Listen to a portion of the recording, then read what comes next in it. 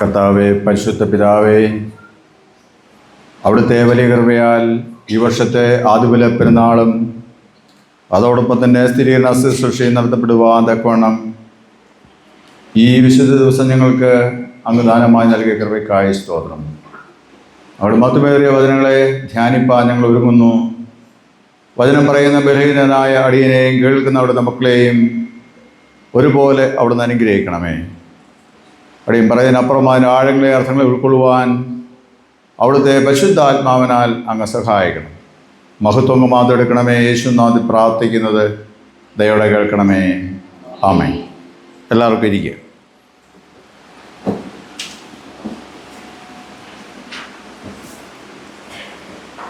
ദൈവനാമത്തിന് മഹത്വമുണ്ടാകട്ടെ. CSI Christ church mount ഇടവകയിൽ ഇപ്രകാരം ആദിബല പെരുന്നാൾ ശുശ്രൂഷയിലും അതോടൊപ്പം തന്നെ സ്ഥിരീകരണ ശുശ്രൂഷയിലും പങ്കുചേരുവാൻ കോണയിടയായതിൽ ഞാൻ വീണ്ടും ദൈവത്തിന് നന്ദി കരയറ്റുന്നു. ഈ പെരുന്നാൾ ശുശ്രൂഷയിൽ വളരെ സന്തോഷത്തോടെ അർപ്പണങ്ങളുമായിട്ട് കടന്നു വന്നിരിക്കുന്ന നിങ്ങളെ എല്ലാവരെയും ഓർത്ത് ദൈവത്തിന് നന്ദി അർപ്പിക്കട്ടെ. അതോടൊപ്പം തന്നെ ആരാധനയ്ക്കായിട്ട് കടന്നു വന്നിരിക്കുന്ന എല്ലാ സഭാമക്കളെയും പ്രിയപ്പെട്ട നിങ്ങളെല്ലാവരെയും ഓർത്ത് ഞാൻ ദൈവത്തിന് നന്ദി കരയറ്റി അതോടൊപ്പം നിങ്ങളോടുള്ള പ്രത്യേകമായ നന്ദി സ്നേഹവും അറിയിക്കുകയും ചെയ്തു. അതോടൊപ്പം തന്നെ ഇന്ന് കുഞ്ഞുങ്ങൾ എന്ന് പറയുമ്പോൾ ഒരുപക്ഷെ അല്പം പ്രായമുള്ളവർക്ക് ആ കൂട്ടത്തിൽ കണ്ടേക്കാം. 11 പേര് ഇന്ന് വിശുദ്ധ സ്ഥിരീകരണ ശുശ്രൂഷയിലൂടെ സ്ഥിരീകരിക്കപ്പെടുകയാണ്. അത് വളരെ പ്രധാനപ്പെട്ട സഭയുടെ വളരെ പ്രധാനപ്പെട്ട ഒരു ശുശ്രൂഷയാകുന്നു ഒരു ക്രിസ്തീയ പൈതലിനെ സംബന്ധിച്ച് ഈ സ്ഥിരീകരണ ശുശ്രൂഷ എന്നുള്ളത്. അങ്ങനെ 11 പേരിവിടെ ഒരുങ്ങി വന്നിട്ടുണ്ട്. നമ്മുടെ സഭാമക്കളും സഭയിലുള്ളവരും അല്ലാതെയും ആയിട്ട് അവരെയും നിങ്ങളെ പ്രത്യേകിച്ച് ഞാൻ നിങ്ങളെ ഓരോരുത്തരെയും സ്വാഗതം ചെയ്യുന്നു. കുറച്ച് പേര് മാത്രമേ എനിക്ക് കാണത്തുള്ളൂ. പിന്നീട് ഇവിടെ നിൽക്കുമ്പോൾ കുറേ എല്ലാവരെയും കാണാൻ സാധിക്കും എന്ന് കരുതും. അച്ഛൻ ചില മുൻ സൂചനകൾ ഒരുപക്ഷെ പറഞ്ഞാൽ മുൻകൂർ ജാമ്യമൊക്കെ ചെയ്തിട്ടുണ്ട്. അതുകൊണ്ട് നിങ്ങൾ വളരെ കൂളായിട്ട് എന്ത് ചെയ്തോളുക, ഇരുന്നോളുക. പ്രസംഗവും അതുപോലെ തന്നെ ചോദ്യവും പരിശോധനയും എല്ലാം കൂടെ ചേർന്നാണ് പോകുന്നത്. അതുകൊണ്ട് ആദിബല പെരുന്നാൾ ആയതുകൊണ്ട് അതിൻ്റെ ഒരു സന്ദേശമുണ്ട്, കൺഫർമേഷനായിട്ട് അതിൻ്റെ ഒരു സന്ദേശമുണ്ട്.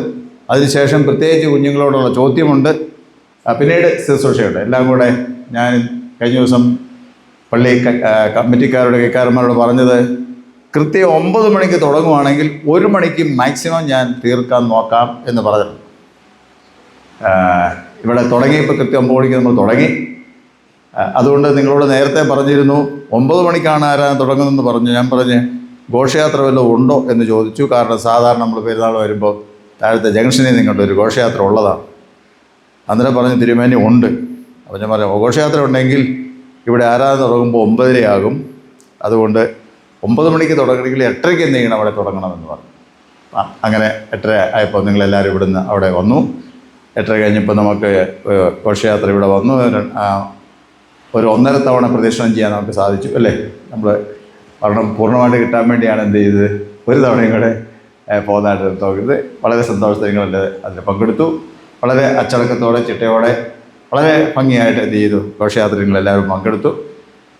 അതിലൊക്കെ എനിക്ക് ഞങ്ങൾക്ക് വളരെ സന്തോഷമുണ്ട്.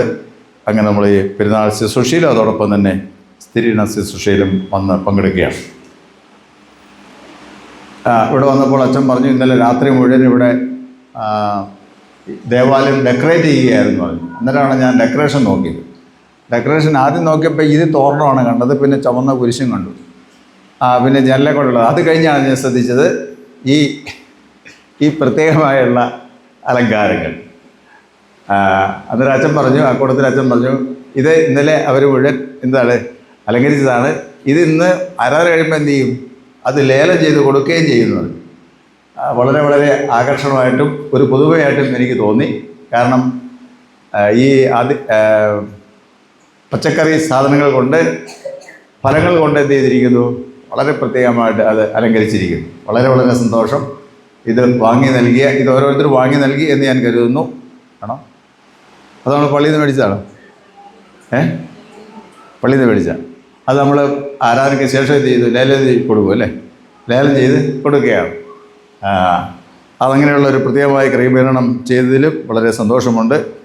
അതിബലം അതിനെക്കുറിച്ച് നമ്മൾ പ്രത്യേകിച്ച് നമ്മൾ CSI സഭയെക്കുറിച്ച് നമ്മൾ ചിന്തിക്കുമ്പോൾ അതിൻ്റെ ഉപദേശങ്ങളും അതിൻ്റെ രീതികളൊക്കെ നോക്കുമ്പോൾ ഇന്ന് പാഠമായിട്ട് വായിച്ച വേദഭാഗത്ത് പറയുന്നുണ്ട്. ഏത് അതിനകത്ത് പറഞ്ഞിരിക്കുന്ന കാര്യം അതേപോലെ ഇന്ന് നമ്മൾ ചെയ്തിട്ടുണ്ട്. എന്താണെന്ന് വെച്ച് കഴിഞ്ഞാൽ അവിടെ പറഞ്ഞിട്ടുണ്ട്, ഞാൻ വാഗ്ദത്തം ചെയ്ത ദേശത്ത് നിങ്ങൾ ചെന്ന് അവിടെ പാർക്കുമ്പോൾ നിങ്ങൾ അധ്വാനിച്ചുണ്ടാക്കുന്ന ആദ്യ ഫലങ്ങളിൽ കുറേശ്ശെ എടുത്ത് ഒരു കൊട്ടയിൽ വെച്ച് അന്നുള്ള പുരോഹിതൻ്റെ അടുക്കൽ കൊണ്ടുചെന്ന് പുരോഹിതൻ്റെ കൈ കൊടുക്കണം, അല്ലെങ്കിൽ ദൈവസന്നിധിയിൽ സമർപ്പിക്കണം. എന്നിട്ട് ഇന്നിന്ന രീതിയിൽ പറയണം, ഞങ്ങളുടെ പിതാക്കന്മാർ ഞങ്ങളുടെ പിതാവ് ദേശാധിപതി അരാമ്യനായിരുന്നു. വളരെ ചുരുക്കം ആളുകളോടുകൂടെ ഞങ്ങളുടെ സ്വന്തം നാട് വിട്ട് മിസ്രൈമിൽ പോയി പാർത്തു. അവിടെ വളരെ വളരെ വലിയ ഒരു ജനക്കൂട്ടമായി ഞങ്ങൾ തീർന്നു. എന്നാൽ മിസ്രൈമിൽ ഞങ്ങളെ ഇല്ലായ്മ ചെയ്യാനായിട്ട് ശ്രമിച്ചു, ഞങ്ങളുടെ ജീവിതം കയ്പാക്കി. അപ്പോൾ അങ്ങനെ ഞങ്ങൾ ബുദ്ധിമുട്ടിയപ്പോൾ ഞങ്ങൾ ദൈവത്തോട് നിലവിളിച്ചു. ദൈവം ഞങ്ങളെ അവിടെ നിന്ന് വിടുവിച്ചു. അങ്ങയുടെ കൽപ്പനപ്രകാരം ഞങ്ങൾ എന്ത് ചെയ്തിരിക്കുന്നു? ഈ അർപ്പണവുമായി ഇവിടെ വന്നിരിക്കുന്നു എന്ന് പറഞ്ഞ് ദൈവമുമ്പാകെ നമസ്കരിക്കണം എന്നാണ് പറഞ്ഞത്. നമ്മളിവിടെ ഇത് കൊണ്ടുവന്ന് സമർപ്പിക്കുമ്പോൾ ഓരോ സൈസക്കാരനും ഓർക്കേണ്ടതാണ്, കുഞ്ഞു പിള്ളേർ തൊട്ട് പ്രായമുള്ളവരെ, ഇതെന്താണ്? ദൈവം നമുക്ക് ചെയ്ത നന്മകളെ ഓർത്ത് ദൈവത്തെ ആരാധിക്കണമെന്ന് അർപ്പണങ്ങളുമായിട്ട് വന്ന് ആരാധിക്കണമെന്ന് പറഞ്ഞിരിക്കുന്നതിൻ്റെ വെളിച്ചത്തിലാണ് നമ്മൾ ചെയ്തിരിക്കുന്നത്. ഈ പെരുന്നാൾ ഇങ്ങനെ ആദ്യഫല പെരുന്നാളായിട്ട് നമ്മൾ കൊണ്ടാടും. ഇസ്രായേൽ മക്കൾക്ക് കൽപ്പന കൊടുക്കുമ്പോൾ 3 ഉത്സവങ്ങളെക്കുറിച്ച് പ്രധാനമായിട്ടും പറയുന്നുണ്ട്. എന്നാൽ അതോടൊപ്പം തന്നെ അനേക പെരുന്നാളുകളെക്കുറിച്ച് പറയുന്നുണ്ട്. ആ പെരുന്നാളുകൾ, ഉത്സവങ്ങളെല്ലാം ദൈവ ആരാധനയുമായിട്ട് ബന്ധപ്പെട്ടാണ് പറഞ്ഞിരിക്കുന്നത്. പ്രത്യേകിച്ച് ഇത് സബത്തുമായിട്ട് ബന്ധപ്പെട്ടാണ് പറഞ്ഞിരിക്കുന്നത്. സബത്ത് എന്ന് പറയുന്നത് 7-ാം ദിവസമാണ്. 6 ദിവസം അധ്വാനിച്ചിട്ട് 7-ാം ദിവസം എന്ത് ചെയ്യണം? സ്വസ്ഥമായിരിക്കണം, ദൈവത്തെ ആരാധിക്കണമെന്ന് പറഞ്ഞിരിക്കുന്നു. അതുമായിട്ട് ബന്ധപ്പെട്ടാണ് 7, 7, 50 അല്ലെങ്കിൽ 49, 50 പിന്നെയും അത് ആവർത്തിച്ച് പോകുന്ന രീതിയിലാണ്. അതെല്ലാം ആരാധനയുമായിട്ട് ബന്ധപ്പെട്ടാണ് പറഞ്ഞിരിക്കുന്നത്. അതോടൊപ്പം തന്നെ പറഞ്ഞിട്ടുണ്ട്, ആണ്ടിൽ 3 തവണ എന്ത് ചെയ്യണം? നിർബന്ധമായിട്ട് എന്ത് ചെയ്യണം? പെരുന്നാൾ ആഘോഷിക്കണം. എല്ലാ ആണുങ്ങളും എന്ത് ചെയ്യണം? എല്ലാ ആണുങ്ങളും അതിനകത്ത് വരണമെന്ന് പറയും. ആണുങ്ങൾ എന്ന് പറഞ്ഞാൽ അതിൻ്റെ അകത്ത് പെണ്ണുങ്ങളും എല്ലാം എന്ത് ചെയ്യും? സ്ത്രീകളെല്ലാം എന്ത് ചെയ്യുന്നു? ഉൾക്കൊള്ളുന്നു എന്ന് നമുക്ക് കാണാനായിട്ട് സാധിക്കും. പ്രത്യേകിച്ച് പുരുഷന്മാരെന്ന് പറയുമ്പോൾ ആ ഒരു കുടുംബം മുഴുവനാണ് അവിടെ ഉദ്ദേശിക്കുന്നത്. കുടുംബനാഥൻ എന്ന് പറയുന്ന കുടുംബത്തിലെ എല്ലാവരെയും ചേർത്താണ് പറഞ്ഞിരിക്കുന്നത്. പക്ഷേ എഴുത്തിൽ എന്ത് ചെയ്യുന്നുണ്ട്? അത് പുരുഷന്മാരുടെ എണ്ണവും അല്ലെങ്കിൽ യുദ്ധപ്രാപ്തരായ ആൾക്കാരെ കുറിച്ചാണ് കൂടുതലായിട്ടും എടുത്തെടുത്ത് പറയുന്നത് എന്നും നമുക്ക് കാണാനായിട്ട് സാധിക്കും. അപ്പോൾ ആരാധനയുടെ ഭാഗമായിട്ടാണ് അവിടെ പറഞ്ഞിരിക്കുന്നത്. ഇത് പറഞ്ഞിരിക്കുന്നത് ഇന്ന് നമ്മൾ ആവർത്തന പുസ്തകം വായിച്ചപ്പോൾ അതിൻ്റെ അകത്ത് പറഞ്ഞിരിക്കുന്ന കാര്യം എന്ന് പറയുന്നത് നമുക്കറിയാം. അത് ആ കാര്യം പറയുമ്പോൾ അവർ കനാൻ നാട്ടിൽ ചെന്നിട്ടില്ല, അവർ സ്വന്തമായിട്ട് അധ്വാനിക്കാൻ തുടങ്ങിയിട്ടില്ല, അങ്ങനെയൊന്നും തുടങ്ങിയിട്ടില്ല. അതിനു മുമ്പ് തന്നെ എന്ത് പറയുകയാണ് ഇങ്ങനെ ചെയ്യണം. അത് ആരാധനയുമായിട്ട് ബന്ധപ്പെടുത്തി എന്ന് ഞാൻ ആദ്യമേ പറയുകയുണ്ടായി. അപ്പോൾ അതിൻ്റെ തൊട്ട് പുറകിലുള്ള കാര്യങ്ങൾ നമ്മൾ നോക്കുമ്പോഴും നമുക്ക് കാണാൻ സാധിക്കുന്നത്, മിസ്രൈമിൽ നിന്ന് ഇസ്രായേൽ മക്കളെ വിടുവിച്ചു, ദൈവം വിടുവിച്ചൂടെ കൊണ്ടുവന്നു എന്ന് പറയുമ്പോൾ അതിനകത്ത് ഫറവോനോട് പറയുന്നൊരു കാര്യമുണ്ട്. പറയുന്ന കാര്യം എന്ന് പറയുന്നത്, എൻ്റെ ജനത്തെ എന്നെ ആരാധിപ്പാൻ വിട്ടയക്കണമെന്നാണ്. മിസ്രൈമിൽ അവർ എന്തിനു വേണ്ടിയാണ് പുറപ്പെട്ടു പോകുന്നത്? പുറപ്പെടുവിച്ച ദൈവത്തെ ആരാധിക്കാൻ വേണ്ടിയാണ്. ദൈവത്തെ ആരാധിക്കാൻ വേണ്ടിയാണ് മിസ്രൈമിൽ നിന്ന് അവർ ദൈവം പുറപ്പെടുവിച്ചത്. അത് പറഞ്ഞാണ്, ആ കാര്യം പറഞ്ഞു തന്നെയാണ് മിസ്രൈമിലെ ഫറവോനെ നിർബന്ധിച്ചെന്ന് പറഞ്ഞാൽ നമുക്ക് കാണാൻ സാധിക്കും. ഏറ്റവും അവസാനം നമ്മളിങ്ങനെ വായിച്ചു വരുമ്പോൾ, ഞാൻ ഇന്ന് പോകുന്ന വഴിക്ക് ഇങ്ങനെ വായിച്ചു വന്നപ്പോൾ ആ ഭാഗം പ്രത്യേകമായിട്ട് ശ്രദ്ധിക്കുകയുണ്ടായി. തുടർച്ചയായിട്ട് വേദോസം വായിക്കുന്ന ഭാഗത്ത് നിന്ന് അവിചാരിതമായിട്ട് ആ ഭാഗം വന്നതാണ്.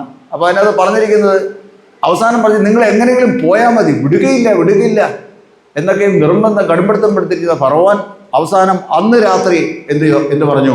നിങ്ങൾ എങ്ങനെയെങ്കിലും എത്രയും പെട്ടെന്ന് എന്ത് ചെയ്യണം? ഇവിടുന്ന് പോയി തരണം എന്ന് പറഞ്ഞു എന്നാണ് അവിടെ രേഖപ്പെടുത്തിയിരിക്കുന്നത്.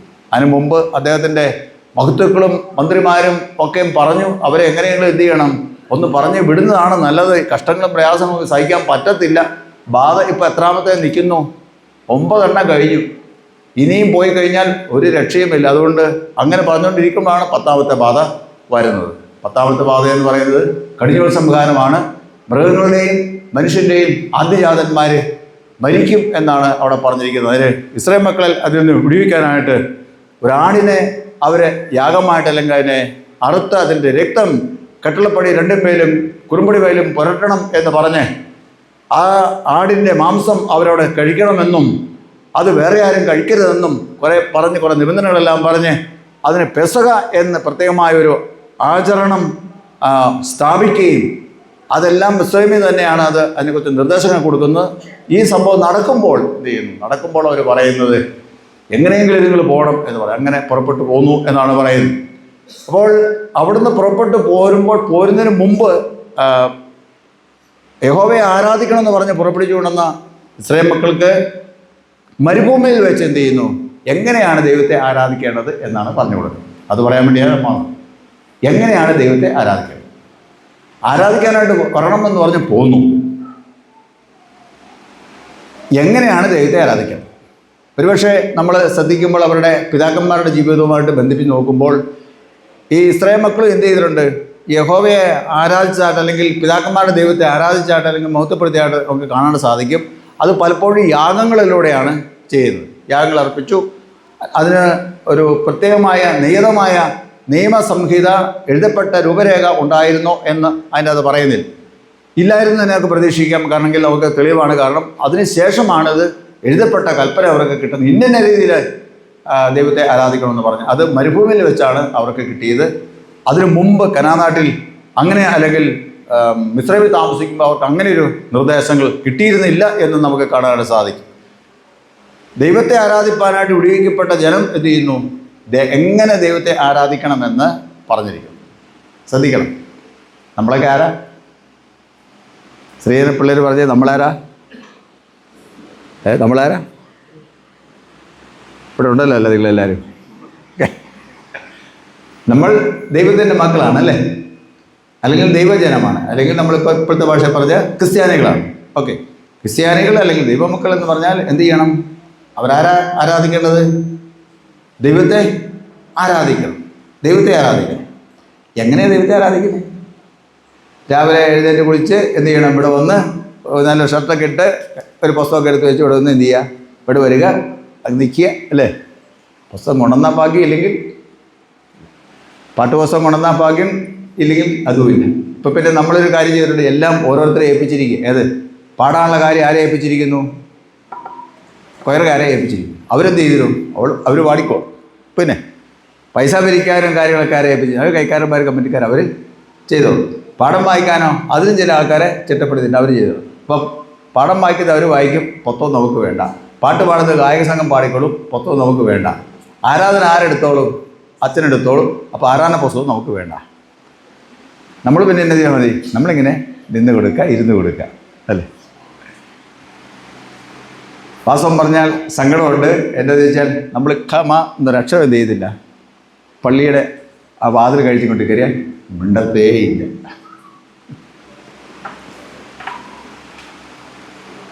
പക്ഷെ അങ്ങനെ അല്ല. വേദോസം വായിക്കുന്നതൊക്കെ കാണാൻ സാധിക്കും. അതിൽ നിന്ന് വ്യത്യസ്തമായൊരു കാഴ്ചപ്പാടാണ് ആരാധനയെക്കുറിച്ച് ഉള്ളത്. നമ്മൾ ശബ്ദത്തെ എന്ത് ചെയ്യണം? ആരാധിക്കണമെന്നാണ് പറയുന്നത്. ദൈവത്തെ മഹത്വപ്പെടുത്തുന്നത് ചുരുക്കം ഇത്രയേ ഉള്ളൂ. ദൈവം നല്ലവെന്ന് പറഞ്ഞാൽ മതി എന്നാണ് പറയുന്നത്. വേദോസം നമ്മൾ വളരെ സംക്ഷിപ്തമായിട്ട് നോക്കിക്കഴിഞ്ഞാൽ ഒറ്റ ഒരു കാര്യമേ മനുഷ്യരിൽ നിന്ന് ദൈവം എന്ത് ചെയ്യുന്നുള്ളൂ? ആഗ്രഹിക്കുന്നുള്ളൂ. ദൈവമേ നീ നല്ലവൻ എന്ന് നമ്മുടെ ഹൃദയം തൊട്ട് ദൈവത്തോട് പറഞ്ഞാൽ അതിൽ പരം ഒരു ദൈവപ്രസാദം ആർക്കില്ല. നമ്മൾ ആരാധിക്കാൻ ദൈവത്തിനില്ല, സർവശക്തനായ ദൈവത്തിനില്ല എന്ന് മറന്നു പോകും. അങ്ങനെ പറയണമെന്നാണ് ദൈവം നമ്മളെക്കുറിച്ച് ആഗ്രഹിക്കുന്നത്. ഓക്കെ, ആരാധനയ്ക്ക് വേണ്ടി എന്ത് ചെയ്തു? അവർ വിടുവിച്ചു, ആരാധനയ്ക്കുള്ള കൽപ്പനകൾ കൊടുത്തു. അതിൽ വളരെ പ്രധാനപ്പെട്ട ഒരു ആരാധന രീതിയാണ് എന്ന് പറയുന്നത് ആദ്യഫലങ്ങളുമായിട്ട് എന്ത് ചെയ്യുക? ദൈവത്തെ ആരാധിക്കും. ആദ്യഫലങ്ങളുമായിട്ട് ദൈവത്തെ ആരാധിക്കും. അങ്ങനെ നമ്മളിവിടെ വന്നിരിക്കുകയാണ് അല്ലേ? ഇപ്പം നമുക്ക് സ്വന്തമായിട്ടുള്ള കൃഷിയിടങ്ങൾ ഇല്ലാത്തവരുണ്ട്, ഉള്ളവരുണ്ട്. അപ്പോൾ ഇപ്പം എങ്ങനെയാണ് തിരുമേനി ഞങ്ങൾ ആദ്യഫലം കൊണ്ടിരുന്നല്ലേ?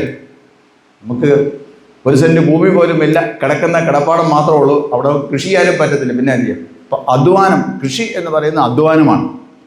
അധ്വാനത്തിൻ്റെ ഫലം, കൃഷിയിടങ്ങളിൽ കൃഷി ചെയ്യുന്നവർക്ക് എന്ത് ചെയ്യും? അവർക്ക് കൃഷിയുടെ ഫലങ്ങൾ കിട്ടും. അല്ലാതെ അധ്വാനിക്കുന്നവർക്ക് എന്ത് ചെയ്യും? അതിന് കൂലി കിട്ടും, അല്ലേ? അതെല്ലാം അധ്വാനത്തിൽ നിന്ന് വരുന്ന ഫലങ്ങളാണ്. അപ്പോൾ അധ്വാനിക്കുന്നവന് ഇത് കൂലിയാണെങ്കിൽ ഇതിൻ്റെ കൂലിയിൽ ഒരു ഭാഗം കൊണ്ടുണ്ട്. കൃഷി ഇതുപോലുള്ള സാധനങ്ങളാണ് ഇത്, അതവിടെ കൊടുന്ന് സമർപ്പിക്കണം. അപ്പോൾ അവനവൻ്റെ അധ്വാനത്തിൻ്റെ ഫലം എന്ത് ചെയ്യണം? അത് മുഴുവൻ കൊണ്ടുവരണം അല്ല പറഞ്ഞിരിക്കുന്നത്. അതിൽ നിന്ന് സന്തോഷത്തോടെ എന്ത് ചെയ്യണം? കൊടുക്കണം. ലേഖനം വായിച്ച് പറയുന്നത് ലോഭമായി കൊടുക്കുന്നവൻ ലോഭമായി കൊയ്യും, ധാരാളമായി കൊടുക്കുന്നവൻ ധാരാളമായി കൊയ്യും, അല്ലേ? എങ്ങനെ കൊടുക്കണമെന്ന് അവനവൻ എന്ത് ചെയ്യണം? ഹൃദയത്തിൽ നിശ്ചയിച്ചു കൊള്ളട്ടെ. സന്തോഷത്തോടെ കൊടുക്കുന്നവൻ എന്നാ ചെയ്യും? ദൈവത്തിലെ കൊടുക്കുന്നതിനെക്കുറിച്ചൊക്കെ എന്നത് പറഞ്ഞിട്ടുണ്ട്. അപ്പോൾ ആരാധനയുടെ ഭാഗമാണ്. അതുകൊണ്ട് നമ്മൾ ഇത് ആരാധന ഭാഗമല്ല എന്ന് ചിന്തിക്കരുത്. അത് ആദ്യം തൊട്ടുണ്ട്, ഉൽപ്പത്തി പുസ്തകം തൊട്ട് എന്ത് ചെയ്യുന്നുണ്ട്? ആരാധനയുടെ ഭാഗമായിട്ട് അർപ്പണങ്ങളെക്കുറിച്ച് പറയുന്നുണ്ട്. കയീൻ്റെയും ഹാബേലിൻ്റെയും ആരാധന നമുക്ക് കാണാൻ സാധിക്കുമല്ലേ? കയീനും ആരാധിച്ചു, ഹാബേലും ആരാധിച്ചു. ഒരാൾ വെജിറ്റബിൾസ് അല്ലെങ്കിൽ പച്ചക്കറികൾ എന്ത് ചെയ്യുന്നു? വയലിൽ നിന്നുള്ള വിളവുകൾ കൊണ്ടുവന്ന് ഒരാൾ ആട്ടിൻ കൊടുത്തിരുന്ന ഒരു ആടിനെ കൊണ്ടുപോകും. രണ്ടും ആരാധനയുടെ ഭാഗമാണ്. ദൈവപ്രസാദമാണ് അവർ അന്വേഷിച്ചത്. നമ്മളിവിടെ വരുമ്പോഴും നമ്മൾ ചിന്തിച്ചാലും ചിന്തിച്ചില്ലായാലും എന്താണ് ഇതിൻ്റെ ലക്ഷ്യം? എന്താ ലക്ഷ്യം? ദൈവപ്രസാദം തന്നെ, അല്ലേ? ഇവിടെ വന്ന് ദൈവപ്രസാദം കിട്ടത്തില്ല എന്നൊരു ചിന്തയുണ്ടെങ്കിൽ നമ്മൾ എന്ത് ചെയ്യത്തില്ല? വരത്തില്ല. അത് തന്നെ. നമ്മൾ അറിയാമെങ്കിലും അറിയത്തില്ലെങ്കിലും വിശ്വസിക്കുന്നുണ്ട് ഇല്ലെങ്കിലും എങ്ങനെയോ ഒരു ചിന്ത അങ്ങനെ വന്നു പോകട്ടില്ല. നമ്മുടെ കാർന്നന്മാർക്ക് വന്നു, പിതാക്കന്മാർക്ക് മാതാക്കൾക്ക് വന്നു. അതുകൊണ്ട് നമ്മളെ നിർബന്ധിച്ച് എന്ത് ചെയ്തു? നമ്മളെ പള്ളിയിൽ നിന്ന് പറയുന്ന ഇത് വിട്ടു, അല്ലേ? അത് നമ്മുടെ ജീവിതത്തിൻ്റെ ഭാഗമായി പോയി. അതിനൊരു ദൈവപ്രസാദമുണ്ടോ എന്നുള്ളൊരു പക്ഷേ നമ്മൾക്ക് ചിന്തിച്ചിട്ടില്ലായിരിക്കാം. പക്ഷേ നമ്മുടെ കാർന്നവന്മാരെന്ത് ചെയ്തു? നമ്മുടെ മാതാപിതാക്കന്മാരെന്ത് ചെയ്തു? അതറിഞ്ഞിരുന്നു. അവർക്ക് കിട്ടിയ അനുഗ്രഹം സന്തതി പരമ്പരകൾ കിട്ടണമെന്ന് വിചാരിച്ച് എന്ത് ചെയ്തു? അവരെ വളരെ ഫോഴ്സ് ചെയ്ത് എന്ത് ചെയ്തു? ദേവാലയത്തിലേക്ക് ദൈവാരാധിക്കാൻ വിട്ടു. അത് നമ്മൾ തിരിച്ചറിയുമ്പോൾ എന്ത് ചെയ്യും? തിരിച്ചറിയുമ്പോൾ നമ്മളും ആ പിതാക്കന്മാരും മാതാക്കളും ആരാധിച്ച അതേ തീക്ഷ്ണതയോടെ നമ്മൾ ദൈവത്തെ ആരാധിക്കും. മനസ്സിലായല്ലോ? ആരാധന, ആദ്യകാല സമർപ്പണം എന്ന് പറയുന്നത് ആരാധനയുടെ ഭാഗമാണ്. വളരെ സന്തോഷത്തോടെ എന്ത് ചെയ്യുക? അത് നമ്മൾ ചെയ്യേണ്ടത് ആവശ്യമാണ്. അതിലൂടെ ദൈവത്തെ മഹത്വപ്പെടുത്തണം. അത് ദൈവത്തിൻ്റെ കൽപ്പനകളാണ്. അന്നത്തെ ദൈവത്തെ തന്നെയാണ് ഇന്ന് നമ്മൾ ആരാധിക്കുന്നത്. ആണോ? തിരിരണ കുട്ടികൾ പറഞ്ഞേ ഹലോ. ഈ ഇസ്രായേൽ മക്കൾ ആരാധിച്ച ദൈവത്തെ തന്നെയാണോ നമ്മൾ ആരാധിക്കുന്നത്? നിങ്ങൾ എന്നാ പറയുന്നു? അറിയോ? ആൺകുട്ടികൾ പറഞ്ഞില്ലെങ്കിൽ പെൺകുട്ടികൾ പറയും. ആര്? രണ്ടുപേരും ഉള്ളാകത്തും കേട്ടോ. നമുക്ക് ഭയങ്കര നാണക്കേടാണ്. ആ ദൈവത്തെയാണോ ഇന്ന് നമ്മൾ ആരാധിക്കുന്നത്? ആയിരിക്കുമോ? നിങ്ങൾ ഇത്രയും നാളും പള്ളിയിൽ വന്നതിൻ്റെയും ശരിയെണ്ണ പാഠങ്ങൾ പഠിച്ചതിൻ്റെയും എന്ത് നിങ്ങൾക്ക് മനസ്സിലായി എന്നറിയാനുള്ള ചോദ്യമാണ്. എന്നാ പറയുന്നു?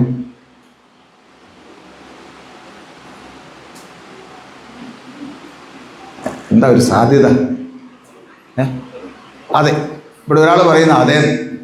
നിങ്ങളതിനോട് യോജിക്കുന്നുണ്ടോ? ഒരുപക്ഷെ നിങ്ങൾ ഇതുവരെ അത് അങ്ങനെ ചിന്തിച്ച് കാണുന്നില്ല, അല്ലേ?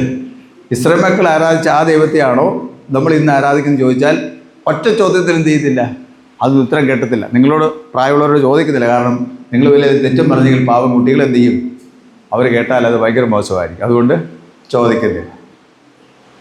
നമ്മൾ അറിഞ്ഞിരിക്കണം, അതേ ദൈവത്തെ തന്നെയാണ് നമ്മൾ ആരാധിക്കുന്നത്. ഇസ്രായേൽ മക്കൾ മരുഭൂമിയിൽ ആരാധിച്ച, അല്ലെങ്കിൽ അവർ ആരാധിക്കാൻ കൽപ്പനകൾ കൊടുത്ത, ഈ ഭൂമിയെയും ഭൂമണ്ഡലത്തെയും കാണുന്നതിനെയും കാണപ്പെടാതിനെയും ഒക്കെ സൃഷ്ടിച്ച സർവശക്തനായ ദൈവത്തെ തന്നെയാണ് നമ്മൾ ആരാധിക്കുന്നത്. ആരിലൂടെ? ക്രിസ്തുവിലൂടെ. ആരിലൂടെയാ? യേശുക്രിസ്തു മുഖാന്തരം മാത്രമേ നമുക്കതിനുള്ള പറ്റത്തുള്ളൂ. അതാണ് നമ്മൾ അറിഞ്ഞിരിക്കുന്നത്. യേശുക്രിസ്തുവിലൂടെ അതേ ദൈവത്തെ തന്നെയാണ് നമ്മൾ ആരാധിക്കുന്നത്. അല്ലാതെ നമുക്ക് നേരിട്ട് എന്ത് ചെയ്യത്തില്ല? ഈ ദൈവത്തിൻ്റെ അടുത്ത് ചെല്ലത്തില്ല. അതാണ് എൻ്റെ കാര്യം. അതുകൊണ്ട് നേരിട്ട് ദൈവത്തിൻ്റെ അടുത്ത് ചെല്ലത്തില്ല. അതുകൊണ്ട് ക്രിസ്തുവിലൂടെ മാത്രമേ ചെല്ലത്തുള്ളൂ. അതുകൊണ്ട് ക്രിസ്തു എന്നാ പറയുന്നു? കർത്താവ് എന്നാ പറഞ്ഞു? ഞാൻ തന്നെ വഴിയും സത്യവും ജീവനുമാകുന്നു. ഞാൻ മുഖാന്തരം അല്ലാതെ ആരും പിതാവിൻ്റെ അടുക്കൽ എത്തുന്നില്ല. ശ്രദ്ധിച്ചോണം, പുത്രൻ തന്നെ പറഞ്ഞതാണ്, ഞാൻ തന്നെ വഴിയും സത്യവും ജീവനുമാകുന്നു. ഞാൻ മുഖാന്തരം അല്ലാതെ ആരും എന്ത് ചെയ്യുന്നില്ല? ആരും പിതാവിൻ്റെ അടുക്കൽ എത്തുന്നില്ല. പിതാവിൻ്റെ അടുക്കൽ ഈ സർവശക്തനായ ദൈവത്തിൻ്റെ അടുത്ത് നമുക്ക് ചെല്ലണമെങ്കിൽ, ആ ദൈവത്തെ നമുക്ക് ആരാധിക്കണമെങ്കിൽ, ദൈവമേ എന്ന് വിളിക്കണമെങ്കിൽ അത് ആരിലൂടെ മാത്രമേ ഉള്ളൂ? പുത്രനിലൂടെയാണ്. അതുകൊണ്ടാണ് കർത്താവ് തന്നെ പറഞ്ഞു, നിങ്ങൾ എൻ്റെ നാമത്തിൽ എന്ത് ചെയ്യണം? പിതാവിനോട് അപേക്ഷിക്കണം. പിതാവിനോട് അപേക്ഷിക്കേണ്ട ആരുടെ നാമത്തിലാണ്? എൻ്റെ നാമത്തിൽ, പുത്രൻ്റെ നാമത്തിൽ. അതുകൊണ്ടാണ് നമ്മൾ പ്രാർത്ഥനയെല്ലാം എങ്ങനെ അവസാനിപ്പിക്കുന്നത്? യേശുവിൻ മൂലം അപേക്ഷിക്കുന്നു, യേശുവിൻ നാമത്തിൽ പ്രാർത്ഥിക്കുന്നു. അല്ലേ? വേറെ ഒരു നാമത്തിലും അല്ല പ്രാർത്ഥിക്കുന്നു, യേശുവിൻ നാമത്തിലാണ് നമ്മൾ പ്രാർത്ഥിക്കുന്നത്. ക്രിസ്തു മൂലമാണ് നമ്മൾ പ്രാർത്ഥിക്കുന്നത്. അതിലൂടെ മാത്രമേ നമുക്ക് ചെല്ലാൻ പറ്റൂ. കാരണം ആ പിതാവ് തന്നെയാണ് ഈ വഴി ഒരുക്കിയിരിക്കുന്നത്. പിതാവാണ് പുത്രനെ എന്ത് ചെയ്തിരിക്കുന്നത്? നിങ്ങൾ ഈ വഴിയെ വരണമെന്ന് പറഞ്ഞിരിക്കുന്നത്. ഓക്കെ, അതതിൻ്റെ ഒരു ആരാധനയുടെ നമ്മൾ ഒന്നോർക്കാൻ വേണ്ടി കുഞ്ഞുങ്ങളോട് പറഞ്ഞതാണ്. അപ്പോൾ ദൈവത്തിൻ്റെ വചന അധിഷ്ഠിതമായിട്ട് നമ്മുടെ ആരാധന എന്ന് നമ്മൾ മനസ്സിലാക്കുക. അത് ആത്മാർത്ഥമായിട്ട് ചെയ്യുമ്പോൾ നമ്മുടെ ഹൃദയങ്ങളെ കാണുന്ന ദൈവം എന്ത് ചെയ്യും? നമ്മുടെ മേൽ അനുഗ്രഹങ്ങളെ പകരും എന്നുള്ള യാതൊരു സംശയവുമില്ല. അർപ്പണങ്ങൾ അർപ്പിച്ചുകൊണ്ട് ദൈവ ആരാധനയുടെ അനുഗ്രഹം പ്രാപിപ്പാൻ ദൈവം നിങ്ങളെ ഓരോരുത്തരെയും നമ്മെ ഓരോരുത്തരെയും ദിനംതോറും സഹായിക്കുകയും ശക്തിയിരിക്കുകയും ചെയ്യുമാറാൻ.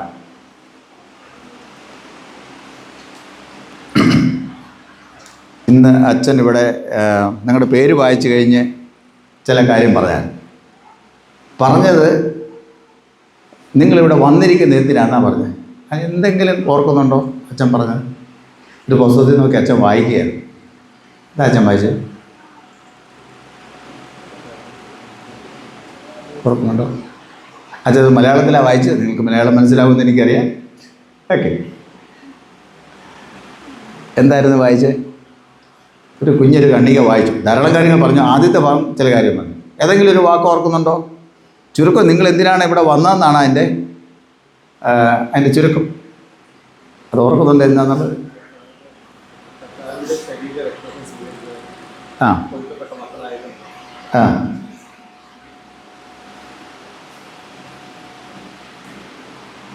ഓക്കെ, ഞാൻ സമയം 1 മണിക്ക് തീർക്കണമല്ലോ. അതുകൊണ്ട് എന്ത് ചെയ്യട്ടെ, ഞാൻ തന്നെ പറയാം. ഇത് പറഞ്ഞെങ്കിൽ ഇപ്രകാരമാണ്. കർത്താവിൽ പ്രിയരെ, എഴുന്നേറ്റ് നിൽക്കുന്ന അവരോടാണ് ഈ പറയുന്നത്. എഴുന്നേറ്റാരോ നിങ്ങളാണ് നേരുന്നത് അല്ലേ? കർത്താവിൽ പ്രിയരെ, നിങ്ങളുടെ ബപ്തിസ്മ എന്ന് പറഞ്ഞാൽ ബപ്തിസ്മ സ്നാനത്തിന് തമിഴ് എന്നാ പറയുന്നത്? സ്നാനം തന്നെയാണ്. ഓക്കെ, ബപ്തിസ്മയിൽ നിങ്ങൾ ക്രിസ്തുവിൻ്റെ കൂട്ടായ്മയിലേക്ക് ചേർക്കപ്പെടുകയും ഭവനത്തിൻ്റെയും കുടുംബത്തിൻ്റെ അംഗമായി മുദ്രയിടപ്പെടുകയും ചെയ്തു. അന്ന് നിങ്ങളുടെ പേർക്ക് നിങ്ങളുടെ ജ്ഞാനപിതാക്കന്മാർ ചെയ്തിട്ടുള്ള പ്രതിജ്ഞകൾ, നിങ്ങൾക്ക് വേണ്ടി ചെയ്തിട്ടുള്ള പ്രതിജ്ഞകൾ, അതെന്താണെന്ന് നിങ്ങൾ മനസ്സിലാക്കി പഠിച്ച ശേഷം നിങ്ങൾ തന്നെ എന്ത് ചെയ്യുന്നു? അത് ഏറ്റെടുത്ത് സ്ഥിരപ്പെടുത്തുക. അതാണ് സ്ഥിരീകരണം എന്ന് പറയുന്നത്. ഓക്കെ, അപ്പോൾ എന്താണ് അവർ ഏറ്റെടുത്തതെന്ന് നിങ്ങൾ അറിഞ്ഞിരിക്കണം അല്ലേ? എന്തായിരിക്കും അവർ ഏറ്റെടുത്തത്? എന്തായിരിക്കും ഏറ്റെടുത്തത്?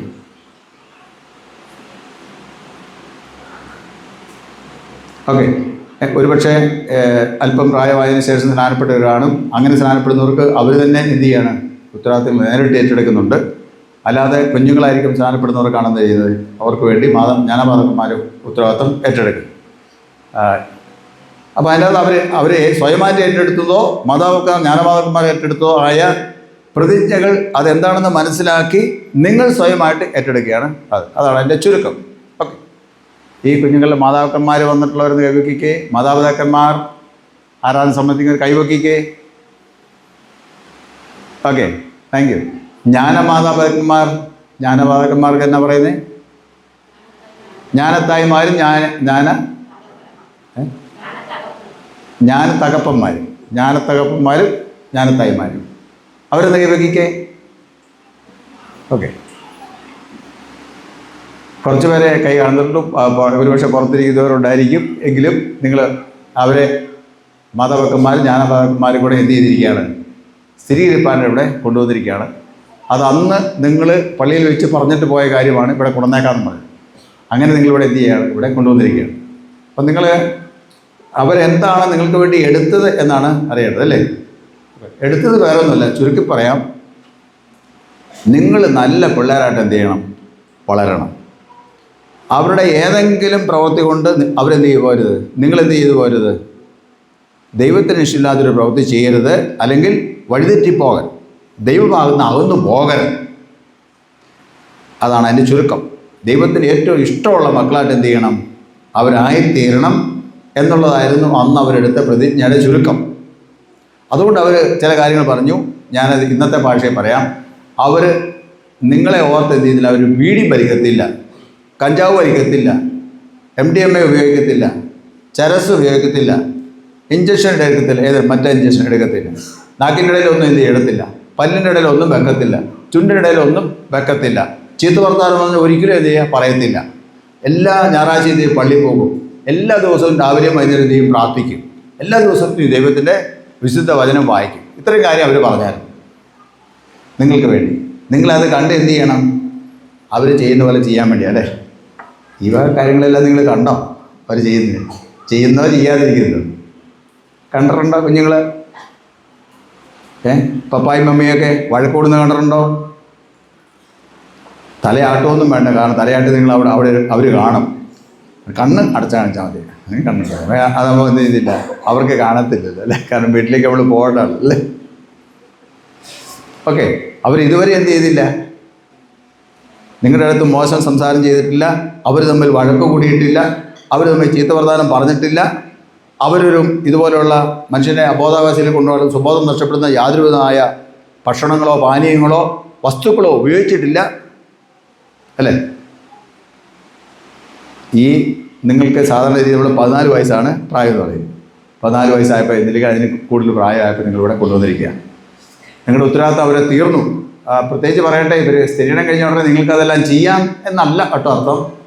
നിങ്ങൾ അതിനു മുമ്പ് എന്തിനാണ് നിങ്ങൾ ഈ പ്രതിജ്ഞ എടുത്തിട്ടുള്ളത്. അവിടെ നിങ്ങൾക്ക് ഇവരെ കാണിക്കാൻ വേണ്ടി അങ്ങനെ ചെയ്യാതിരുന്നു ഇനിയിപ്പോൾ കുഴപ്പമില്ല എന്ന് വിചാരിക്കരുത്. പ്രായമുള്ളവർ ചിലപ്പോൾ എനിക്ക് അങ്ങനെ തോന്നിപ്പോകുന്നു. കാരണം എന്താണ്, ഈ സ്ഥിരീകരണമെല്ലാം കഴിഞ്ഞ് എന്ത് ചെയ്യുന്നു, ഇന്നൊക്കെ എല്ലാം ഭയങ്കര ആഘോഷമല്ല, ഭയങ്കര എന്തായാലും ഒരു പദം ഉണ്ട്, ഭയങ്കര ഒരു ആഘോഷമാണ്. സ്നാനം ആഘോഷമാണ്, സ്ഥിരീകരണ ആഘോഷമാണ്, കല്യാണത്തിൻ്റെ കാര്യം പറയാൻ വേണ്ട, മരണവും അതിനേക്കാളും ആഘോഷമാണ്. ഇതിനകത്തെല്ലാം പൊതുവായിട്ടൊരു സംഗതിയുണ്ട്. അതെന്താണെന്നറിയാമോ? ആഘോഷത്തിൻ്റെ പൊതുവായിട്ട് സംഗതി എന്താ? അതെങ്ങനെയാണ് തിരുമേനിയോട് പറയുന്നില്ലേ? ഓക്കെ, അത് തന്നെ. നിങ്ങൾ ചിരിച്ചപ്പോൾ മനസ്സിലായി എന്താണ്. പാടില്ലാത്ത കാര്യമാണ്, പക്ഷെ അതുണ്ടെങ്കിലേ എന്ത് ചെയ്യുള്ളൂ, നമ്മൾ പാടത്തുള്ളൂ. പാടില്ലാത്ത കാര്യമാണ്, അതുണ്ടെങ്കിലേ എന്ത് ചെയ്യുള്ളൂ, പാടത്തുള്ളൂ. എവിടെ നിന്ന് അത് കിട്ടി, സൈസക്കാരനെ കിട്ടി എന്ന് എനിക്കറിയത്തില്ല. നമ്മുടെ സഭയിൽ അങ്ങനെ ഒരു ഉപദേശമില്ല. എങ്ങനെയോ ഒരു മിഥ്യാധാരണ നമുക്ക് വന്നുപോയി. പെന്തക്കോസ്ത് പള്ളിയിൽ പോകുന്നവർക്ക് എന്ത് ചെയ്യത്തില്ല, അവർക്ക് കള്ള് കുടിക്കത്തില്ല, വെടി വലിക്കത്തില്ല, ഒരു തോന്നിയാസം നടക്കത്തില്ല. അതെല്ലാം ചെയ്യണമെങ്കിൽ എവിടെ പോകണം? CSI പള്ളി വേണം. അതുകൊണ്ട് ഇതൊന്നും കഴിക്കാത്തവരെല്ലാം എങ്ങോട്ട് പോവാണ്? അവിടെ പോവാണ്, മറ്റു പള്ളിയിൽ പോവാണ്. മറ്റു പള്ളി എന്ന് പറഞ്ഞാൽ പെന്തക്കോസ്ത് എന്ന് പറയുമ്പോൾ ഒരു പെന്തക്കോസ്തല്ല, എല്ലാ പെന്തക്കോസ്തും. അത് ശരിയായ നടപടിയാണോ? ഈ പ്രതിജ്ഞയിൽ നമ്മൾ എടുത്തിട്ടുണ്ട്. നമ്മൾ ഉപയോഗിക്കുന്ന അതേ വേദോസം തന്നെയാണ് ഈ പറയുന്ന സഭക്കാർ ഉപയോഗിക്കുന്നത്. ഒന്നും കൂട്ടി ചേർത്തിട്ടില്ല. ഇതിനകത്ത് മാത്രമേ അവരെടുത്തിട്ടുള്ളൂ, ഇതിൻ്റെ അകത്ത് മാത്രമേ നമ്മളും എടുത്തിട്ടുള്ളൂ. പക്ഷേ എങ്ങനെയാണ് ഇല്ലാത്ത കാര്യങ്ങളൊക്കെ ഇതിനകത്ത് വന്ന് കൂടിയത്? ചെയ്യരുതെന്ന് പറയുന്നത് ചെയ്യാനാണ് മനുഷ്യന് സ്വാഭാവികമായിട്ട് ഒരു ടെൻഡൻസി ഉള്ളത്. അത് ഇന്നോ ഇന്നലെ തുടങ്ങിയതല്ല, ആദാമിൻ്റെ അവ്വായുടെ കാലത്ത് തുടങ്ങിയതാണ് അല്ലേ. ദൈവം പറഞ്ഞു അത് ചെയ്യരുത്, ഭക്ഷിക്കരുത് എന്ന് പറഞ്ഞിട്ട് എന്ത് ചെയ്തു? ഭക്ഷിച്ചു. പ്രേരിപ്പിച്ചതാരാ? ഇതല്ല അവൻ, മറ്റവൻ അല്ലേ, ദൈവത്തിൻ്റെ എതിർശക്തി, പിശാച്, സാത്താൻ അല്ലേ, പാമ്പ്. ഇന്നും എന്ത് ചെയ്യുന്നുണ്ട്? അവൻ വിവിധ തന്ത്രങ്ങളിലൂടെ എന്ത് ചെയ്യണം, എന്ത് ചെയ്യരുതെന്ന് പറയുന്നോ അത് ചെയ്യിക്കാൻ അവൻ എന്ത് ചെയ്യുന്നു? അവൻ ഏത് മാർഗവും. അപ്പം അതിൽ നിന്നെല്ലാം വിട്ടു നിൽക്കും എന്ന് പറഞ്ഞുകൊണ്ടാണ് എന്ത് ചെയ്യുന്നത്, നിങ്ങളിവിടെ ഇന്ന് വരുന്നത്. ഞങ്ങളത് ചെയ്യത്തില്ല. കുറേ കഴിയുമ്പോൾ നിങ്ങൾ പ്രതിജ്ഞയൊക്കെ ചെയ്യുന്നുണ്ട്. നിങ്ങൾ ചെയ്യുന്ന പ്രതിജ്ഞ, അതും കൂടെ ഞാൻ ചുരുക്കി പറയാം. നിങ്ങൾ ചെയ്യുന്ന പ്രതിജ്ഞ എന്ന് പറയുന്നത് വേറൊരു ദൈവത്തെ എന്ത് ചെയ്യുന്നില്ല, ആരാധിക്കത്തില്ല അല്ലേ. അതെന്നതാ? അതെവിടെയാണ് പറഞ്ഞിരിക്കുന്നത്? കൽപ്പന, ഒന്നാമത്തെ കൽപ്പന അല്ലേ. ഒന്നാം കൽപ്പന എന്നതാ? കൽപ്പന എത്ര എണ്ണം ഉണ്ട്? 10. എത്ര കൽപ്പന ഉണ്ട് മോനെ? 10 കൽപ്പന. 10 കൽപ്പന. ഒന്നാമത്തെ കൽപ്പന ഏതാ? ഞാനല്ലാതെ അന്യദൈവം നിങ്ങൾക്ക് ഉണ്ടാകരുത്. ഇന്ന് അച്ഛൻ അത് വായിച്ചു അല്ലേ, എനിക്ക് ആദ്യം പിടിയെന്ന് മനസ്സിലായില്ല. അപ്പം ഞങ്ങളുടെ അടുത്ത് വരുമ്പോൾ അച്ഛൻ മലയാളം പറയാൻ, അപ്പം ഇത് മലയാളത്തിൽ ഇതും കേട്ടിട്ടില്ലല്ലോ എന്ന് ഞാൻ വിചാരിച്ചു. അന്നേരം ഞാൻ ഓർത്തത് അച്ഛൻ ഇവിടെ തമിഴിലും എന്ത് ചെയ്യുന്നുണ്ട്, ആരാധന എടുക്കുന്നുണ്ട്, ആരോ പറഞ്ഞ കാര്യം ഞാൻ ഓർത്തു. ഉടനെ അന്നേരം ഞാൻ പുസ്തകം നോക്കിയപ്പോൾ അച്ഛൻ തമിഴ് പുസ്തകം തന്നെയാണെന്ന് എനിക്ക് നോക്കിയത്. അച്ഛന് അപ്പോൾ ഭാഷകൾ ഒന്നിലധികം ഭാഷകളൊക്കെ എന്ത് ചെയ്യാം, ഇംഗ്ലീഷും മലയാളമൊക്കെ ഭംഗിയായിട്ട് അച്ഛൻ കൈകാര്യം ചെയ്യും, തമിഴും കൂടെ എന്ത് ചെയ്ത് ഇത്രയും ഭംഗിയായിട്ട് കൈകാര്യം ചെയ്ത് ഇപ്പോഴാണ് എന്ത് ചെയ്തത് മനസ്സിലായത്. അല്ലാതെ സംസാരിക്കുമ്പോൾ ഒരു പക്ഷേ സംസാരിക്കുക, അച്ഛൻ തമിഴൊക്കെ നേരത്തെ പഠിച്ചിട്ടുണ്ട്, ഇടയ്ക്ക് മറന്നുപോയി എന്നോട് പറഞ്ഞിട്ടുണ്ട്, എന്നാൽ വളരെ ഭംഗിയായിട്ട് ചെയ്തു. ഒന്നാമത്തെ അച്ഛൻ 10 കൽപ്പനകൾ എന്ത് ചെയ്തിട്ടുണ്ട്, വായിച്ചു അല്ലേ? നിങ്ങളെല്ലാം കൂടെ എന്നാ പറഞ്ഞു ഓരോ കൽപ്പനയും വായിച്ചപ്പം?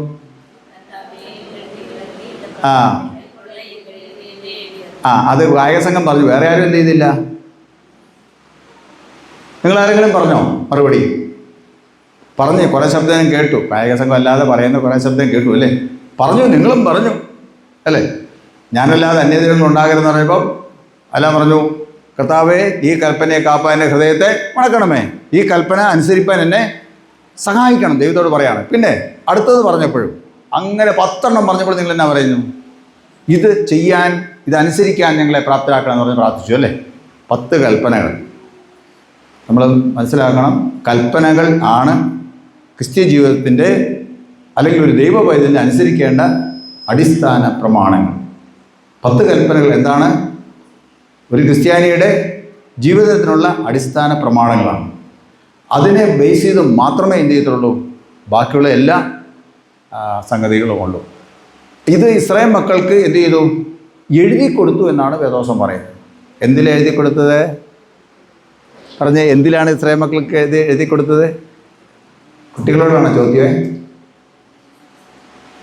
ഇതുപോലെ പേപ്പറേലാണോ, ഇതുപോലെ ബുക്കേലാണോ, എവിടെ എഴുതി കൊടുത്തത്? എവിടെ ആയിരിക്കും?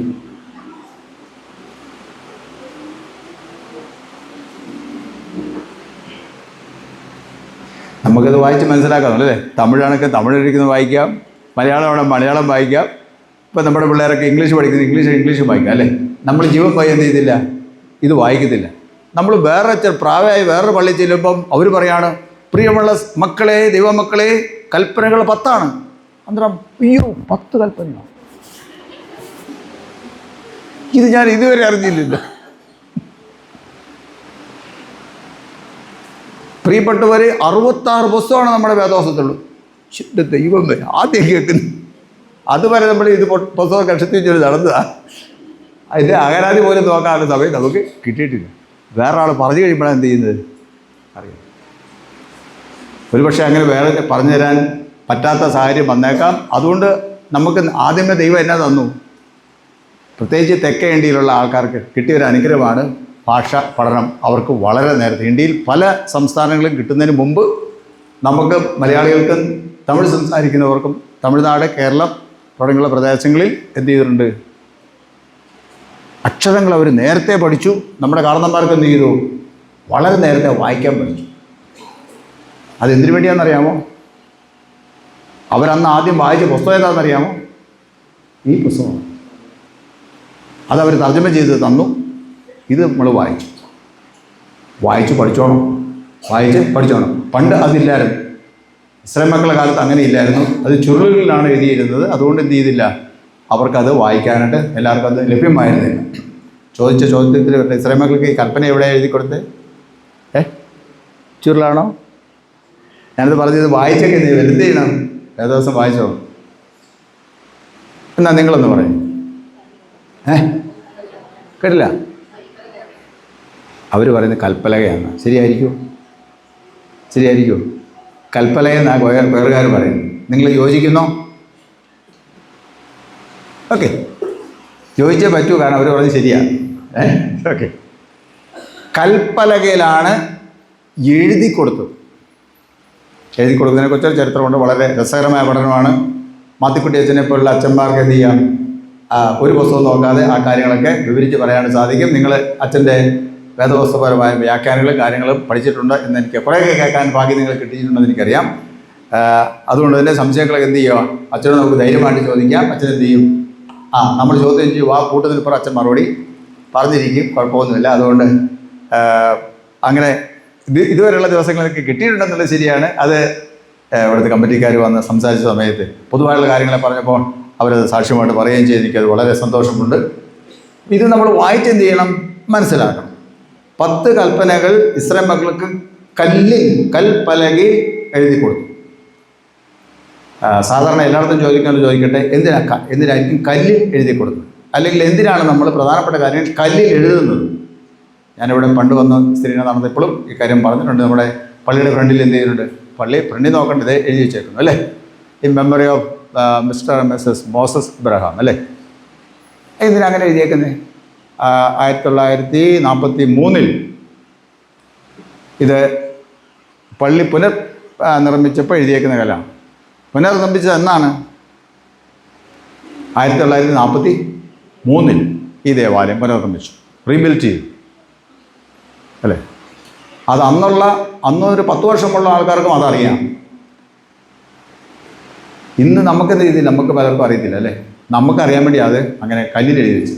പേപ്പർ എഴുതി വെച്ചിരുന്നെങ്കിൽ എന്ത് ചെയ്യാനേ? അതെല്ലാം പോയനെ. പെയിൻ്റ് അടിച്ച് വെച്ചിരുന്നെങ്കിൽ അതെല്ലാം എന്ത് ചെയ്യാനേ? അത് പോയനെ. കല്ലിൽ എഴുതിയ കാരണം എന്ത് ചെയ്തില്ല? കല്ലിൽ കൊത്തി വെച്ച കാരണം എന്ത് ചെയ്തില്ല? അക്ഷരം മാഞ്ഞു പോകത്തില്ല. അപ്പോൾ അന്നുള്ളവർക്കല്ല, വരും തലമുറകൾ ഇതറിയണം എന്ന് വിചാരിച്ച് അത് എഴുതിയിരിക്കുന്നത്. ഇതുപോലെ തന്നെയാണ് ദൈവവും വിചാരിച്ചു എന്ത് ചെയ്യണം? ഈ കൽപ്പനകൾ എന്ത് ചെയ്യണം? ഒരിക്കലും അത് മാഞ്ഞു പോകാൻ പാടില്ല. അതുകൊണ്ട് തലമുറകൾക്കായിട്ടാണ് എഴുതപ്പെട്ടിരിക്കുന്നത്. അതുകൊണ്ട് ദൈവം എന്ത് ചെയ്തു? കല്ലിൽ എഴുതി കൊടുത്തു. നിയമങ്ങൾ, ചട്ടങ്ങൾ, കൽപ്പനകൾ എഴുതി കിട്ടിയ ഒരേ ഒരു ജനത ആരാണ്? ഇസ്രായേൽ മക്കൾ. അതുകൊണ്ടാണ് ആ കാലത്ത് നമ്മൾ പുസ്തകം വായിക്കുമ്പോൾ കാണാൻ സാധിക്കും, ബൈബിൾ തന്നെ വായിക്കുമ്പോൾ കാണാൻ സാധിക്കും, നിങ്ങളെപ്പോലെ ശ്രേഷ്ഠതയുള്ള ഒരു ജാതിയുണ്ടോ? ശ്രേഷ്ഠത എന്താണ്? നിങ്ങൾക്ക് നിങ്ങളുടെ പ്രമാണം എങ്ങനെ കിട്ടിയിരിക്കുന്നു? എഴുതി കിട്ടിയിരിക്കുന്നു. ബാക്കികളെല്ലാം വാമൊഴിയാണ് എങ്കിൽ നിങ്ങൾക്ക് എന്ത് ചെയ്തിരിക്കുന്നു? അതിശ്രേഷ്ഠമായ പ്രമാണം കല്ലിൽ എഴുതി കിട്ടിയിരിക്കുന്നു. എഴുതപ്പെട്ട നിയമസംഹിതയുള്ള ഒരേ ഒരു ജാതി ഇസ്രായേൽ മക്കൾ. അതാണ് അവരുടെ ശ്രേഷ്ഠത എന്ന് പറയുന്നത്. എഴുതി കൊടുത്തത് ഇതാണ്. ഇതിനെ ബേസ് ചെയ്താണ് എന്ത് ചെയ്തിരിക്കുന്നത്? ബാക്കി മുഴുവനും പറഞ്ഞിരിക്കുന്നത്. ഓക്കെ, 10 കൽപ്പന നമ്മുടെ കർത്താവ് എന്താ ചെയ്തു? കർത്താവ് പറഞ്ഞപ്പോൾ എത്രയാക്കി പറഞ്ഞു? അങ്ങനെ വല്ലതും പറഞ്ഞായിരുന്നു?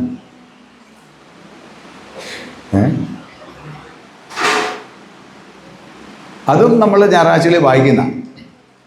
ഇന്ന് ഏതായാലും അച്ഛൻ പെരുന്നാളായാലും സിരിയനൊക്കെ ആയാലും എന്ത് ചെയ്തു? അച്ഛൻ അതെന്ത് ചെയ്തു? മുഴുവൻ വായിച്ചു. ഇല്ലെങ്കിൽ സാധാരണ അച്ഛന്മാരെന്ത് ചെയ്യും? ഞാൻ ഉൾപ്പെടെ ചുരുക്കം വായിക്കും അല്ലേ? 10 ചാൻസായും പിന്നെ അതിൻ്റെ ചരണം കൂടെ പറയുമ്പോൾ 20 അല്ലേ? യേശു പറഞ്ഞ ഈ കൽപ്പനകൾ മുഴുവൻ എന്ത് ചെയ്യും? 2 ആക്കി പറഞ്ഞു അല്ലേ? 2 ആക്കി പറഞ്ഞു. ഏതാണ്?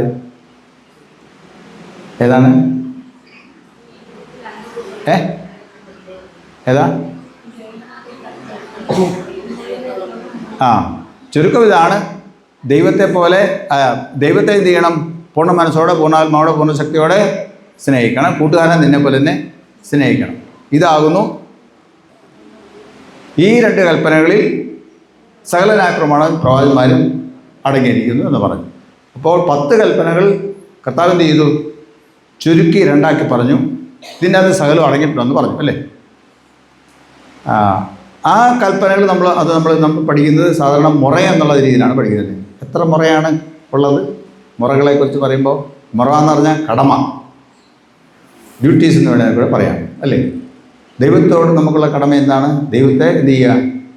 പൂർണ്ണമായും സ്നേഹിക്കുക. പിന്നെ കൂട്ടുകാരനുള്ള മുറ എന്താണ്? കടമ എന്താണ്? നമ്മളെപ്പോലെ തന്നെ കൂട്ടുകാരനെ സ്നേഹിക്കുക. അതിന് നമ്മളെ പ്രാപ്തി എങ്ങനെ ആയിരിക്കണം എന്നുള്ളതിനെക്കുറിച്ച് എന്ത് ചെയ്യുന്നു? വളരെ വിശദമായിട്ട് എന്ത് ചെയ്തിരിക്കുന്നു? കൽപ്പനകളൊക്കെ നമുക്ക് തന്നിരിക്കുകയാണ്. പ്രത്യേകിച്ച് നമ്മൾ ആവർത്തന പുസ്തകം അതിൻ്റെ അകത്ത് 6-ാം അധ്യായം നമ്മൾ വായിക്കുമ്പോൾ നമുക്ക് വളരെ സുപരിചിതമായിരിക്കുന്ന വേദഭാഗമാണ്. അതിൻ്റെ അഭിപ്രായമാണ് പറഞ്ഞിരിക്കുന്നത്. ആവർത്തന പുസ്തകം 6-ാം അധ്യായം 6-ാം വാക്യം 6:6 ആവർത്തനം 6:6 ഇപ്രകാരമാണ് വായിക്കുന്നത്. ഇന്ന് ഞാൻ നിന്നോട് കൽപ്പിക്കുന്ന ഈ വചനങ്ങൾ നിൻ്റെ ഹൃദയത്തിൽ ഇരിക്കണം.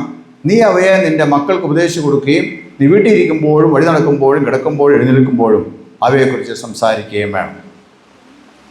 അതിൻ്റെ ഒന്നുമല്ല ബാക്കിയുള്ള വാക്യങ്ങൾ വായിക്കുമ്പോൾ അതിൻ്റെ പ്രധാനമായിട്ട് പറഞ്ഞിരിക്കുന്നത് എന്താണ്? പറഞ്ഞിരിക്കുന്നത് ദൈവത്തിൻ്റെ കൽപ്പനകൾ എന്ത് ചെയ്യണം, നീ പ്രമാണിക്കണം എന്നാണ് പറഞ്ഞിരിക്കുന്നത്. ഇന്ന് ഞാൻ നിന്നോട് പറയുന്ന കൽപ്പന എന്ന് പറഞ്ഞാണ് പറയുന്നത്. അതിൻ്റെ 5-ാം അധ്യായത്തിലാണ് കൽപ്പന 10 കൽപ്പന എന്ത് ചെയ്തിരിക്കുന്നത്, പറഞ്ഞിരിക്കുന്നത്.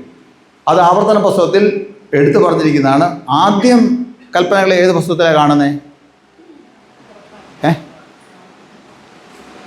നിങ്ങൾ പറഞ്ഞില്ലെങ്കിൽ ഇപ്പോൾ ഉത്തരം പറയുന്നവർക്ക് സ്ഥിരീകരണം കൊടുക്കേണ്ടി വരും കേട്ടോ, അതൊക്കെ കുഴപ്പമായി.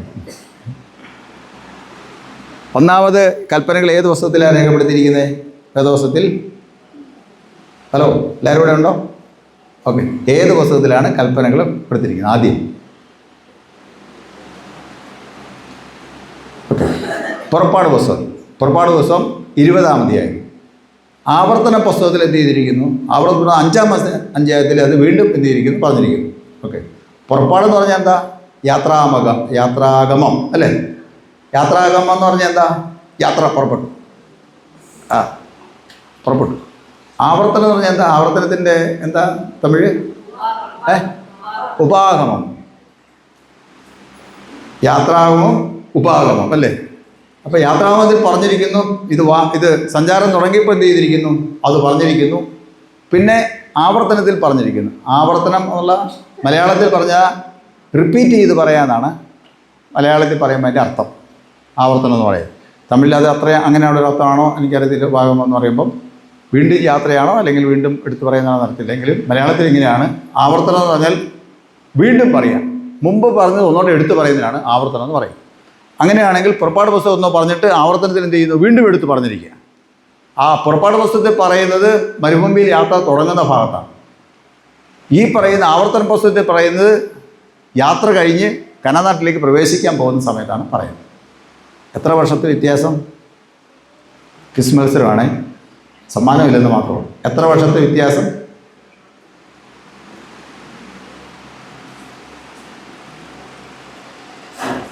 രണ്ടും പറയുന്നത് അതിൻ്റെ ലീഡർ ഒരാൾ തന്നെയാണ്. പക്ഷെ എത്ര വർഷം വ്യത്യാസം? എത്ര വർഷം ഇസ്രായേൽ മക്കൾ മരുഭൂമിയിൽ കൂടെ നടന്നു? 40. തുടക്കം 1-ാം വർഷവും 2-ാം വർഷവും ഒന്ന് കൂട്ടിക്കൂ. അങ്ങനെയാണെങ്കിൽ അവർ അവിടെ ചെല്ലുന്നത് ഏത് വർഷം? 40 വർഷം അല്ലേ? 40-ാം വർഷം. അങ്ങനെയാണെങ്കിൽ എത്ര വർഷം പോയി? സുമാർ റഫാറ്റ് പറഞ്ഞാൽ എത്ര വർഷം പോയി? 40 വർഷം. 40 വർഷത്തിൻ്റെ ഇടയ്ക്ക് എന്ത് സംഭവിച്ചു? കേട്ട ജനത്തിന് എന്ത് പറ്റി? നിങ്ങൾക്ക് എന്തെങ്കിലും ഐഡിയ വേണ്ടോ? ഇസ്രായേലിൽ നിന്ന് പുറപ്പെട്ട ജനങ്ങൾ എല്ലാവരും കനാൻ നാട്ടിൽ എത്തിയോ? ഇല്ല. അവരെന്ത് ചെയ്തു? അവര് മരുഭൂമിയിൽ വെച്ച് മരിച്ചുപോയി. മോശ ഉൾപ്പെടെയുള്ള ആൾക്കാരെന്ത് ചെയ്തില്ല? കനാൻ ദേശത്തെത്തിയില്ല. യോശുവയും കാലേബും മാത്രമേ എന്ത് ചെയ്തുള്ളൂ? അവിടുന്ന് പുറപ്പെട്ടതിൽ കനാൻ നാട്ടിൽ പ്രവേശിച്ചുള്ളൂ. അപ്പോൾ മോശയുടെ ജീവിതാവസാനത്തിന് തൊട്ട് മുമ്പ് പറയുമ്പോൾ മോശ പറയുന്നത് ആരോടാണ് പറയുന്നത്? പഴയ ആൾക്കാരോടല്ല പറയുന്നത്, പിന്നെയോ പുത്തൻ തലമുറയോടാണ് പറയുന്നത്. ആദ്യം ഈ കൽപ്പനകൾ കേട്ട ആ ഒരു സന്തതി പരമ്പര എന്ത് ചെയ്തു പോയി? അവരെല്ലാവരും മരണപ്പെട്ടു. അവിടെ നിന്ന് പറഞ്ഞാൽ ഈ ഒരു കേട്ട് മനസ്സിലാക്കാൻ പ്രായമുള്ള ആൾക്കാരാണ് ഇതിനകത്ത് ആൾക്കാരെന്ന് പറയുന്നത്. പുതിയ ആൾക്കാർ വന്നവർ അവർ ഇത് എന്ത് ചെയ്തിട്ടില്ല? അവരത് കേട്ടിട്ടില്ല. അപ്പോൾ അവരോട് എടുത്തു പറയുന്നതാണ്, പഴയ കാര്യം ഒന്നുകൂടെ എടുത്തു പറയുന്നതാണ്. അതാണ് ആവർത്തനം എന്ന് പറഞ്ഞ രീതിയിൽ പറഞ്ഞിരിക്കുന്നത്. പഴയ കാര്യങ്ങളാണ്, ചില അഡീഷൻസ് ഉണ്ട്, അത് ചേർത്താണ് പറഞ്ഞത്. അപ്പം പുസ്തകത്തിൻ്റെ പേരും അങ്ങനെയാണ്, വിവരണങ്ങളും അങ്ങനെ തന്നെയാണ് എന്ന് മനസ്സിലാക്കുക. അപ്പോൾ അത് എടുത്തു പറയുന്നതാണ് ആവർത്തന പുസ്തകത്തിൽ പറയുന്നത് എന്താണ്? നിങ്ങൾ എന്ത് ചെയ്യണം? ഈ കൽപ്പന നിങ്ങൾ പ്രമാണിക്കണം. നിങ്ങളുടെ മക്കൾക്ക് എന്ത് ചെയ്യണം? നിങ്ങൾ ഉപദേശിച്ച് കൊടുക്കണം. അതാണ് ഞാൻ ആദ്യം പറഞ്ഞത്. നിങ്ങൾ വേദോസം വായിക്കുന്നു, പ്രാർത്ഥിക്കുന്നില്ല, ആര് കാണണം? നമ്മുടെ മക്കൾ കാണണമെന്ന് പറയുന്നു. എന്തായാലും അവരെന്ത് ചെയ്യുന്നു? അവർ മുട്ടുകുത്തി പ്രാർത്ഥിക്കും. നിങ്ങൾ പള്ളി വരുന്നത് കണ്ടാലേ നിങ്ങളുടെ മക്കൾ എന്ത് ചെയ്യത്തുള്ളൂ? പള്ളി വരത്തുള്ളൂ എന്ന് പറയുന്നു. ഓക്കെ, ഇത് നിങ്ങൾ സ്വയമായിട്ട് എന്ത് ചെയ്യാണ്? ഏറ്റെടുക്കുകയാണ് ചെയ്യുന്നത്. കൽപ്പനയെക്കുറിച്ച് പല സമയങ്ങളിൽ ഞാനെക്കുറിച്ച് വിവരിച്ച് പറഞ്ഞിട്ടുണ്ട്. നിങ്ങൾ സ്വയമായിട്ട് എന്ത് ചെയ്യുക? ആ കാര്യങ്ങൾ കേട്ട് ഒന്ന് മനസ്സിലാക്കി വേദോസം വായിക്കണം. ഇല്ലാതെ നിങ്ങൾ ഇന്ന് പറഞ്ഞു പോകുന്നുണ്ട് എല്ലാ ദിവസവും ഞങ്ങൾ എന്ത് ചെയ്യും? വേദോസം വായിക്കുന്നുണ്ട്. എല്ലാ ദിവസവും എന്ത് ചെയ്ത് കൊടുക്കുക? വേദോസം വായിക്കും. എല്ലാ ദിവസവും വേദോസം വായിക്കുമെന്ന് നിങ്ങൾ പറഞ്ഞിട്ട് ഇവിടെ പ്രതിജ്ഞ ചെയ്തു പോകുന്നുണ്ട്. അതുകൊണ്ട് എല്ലാ ദിവസവും എന്ത് ചെയ്യുക? നിങ്ങൾ വേദോസം വായിക്കുക. കൽപ്പന പ്രമാണിക്കുമെന്ന് പറഞ്ഞു പോകുന്നുണ്ട്. അതൊന്നും എന്ത് ചെയ്യുക, കൽപ്പന പ്രമാണിക്കുക. ഇന്നിപ്പം നമ്മൾ കൽപ്പന, അച്ഛൻ എല്ലാ കൽപ്പനയും എന്ത് ചെയ്തിട്ടുണ്ട്, വായിച്ചതിന് ശേഷം അച്ഛൻ എന്നാ പറഞ്ഞു? അച്ഛൻ എന്നാ പറഞ്ഞു? വായിച്ചതിന് ശേഷം അച്ഛൻ എന്നാ പറഞ്ഞേ?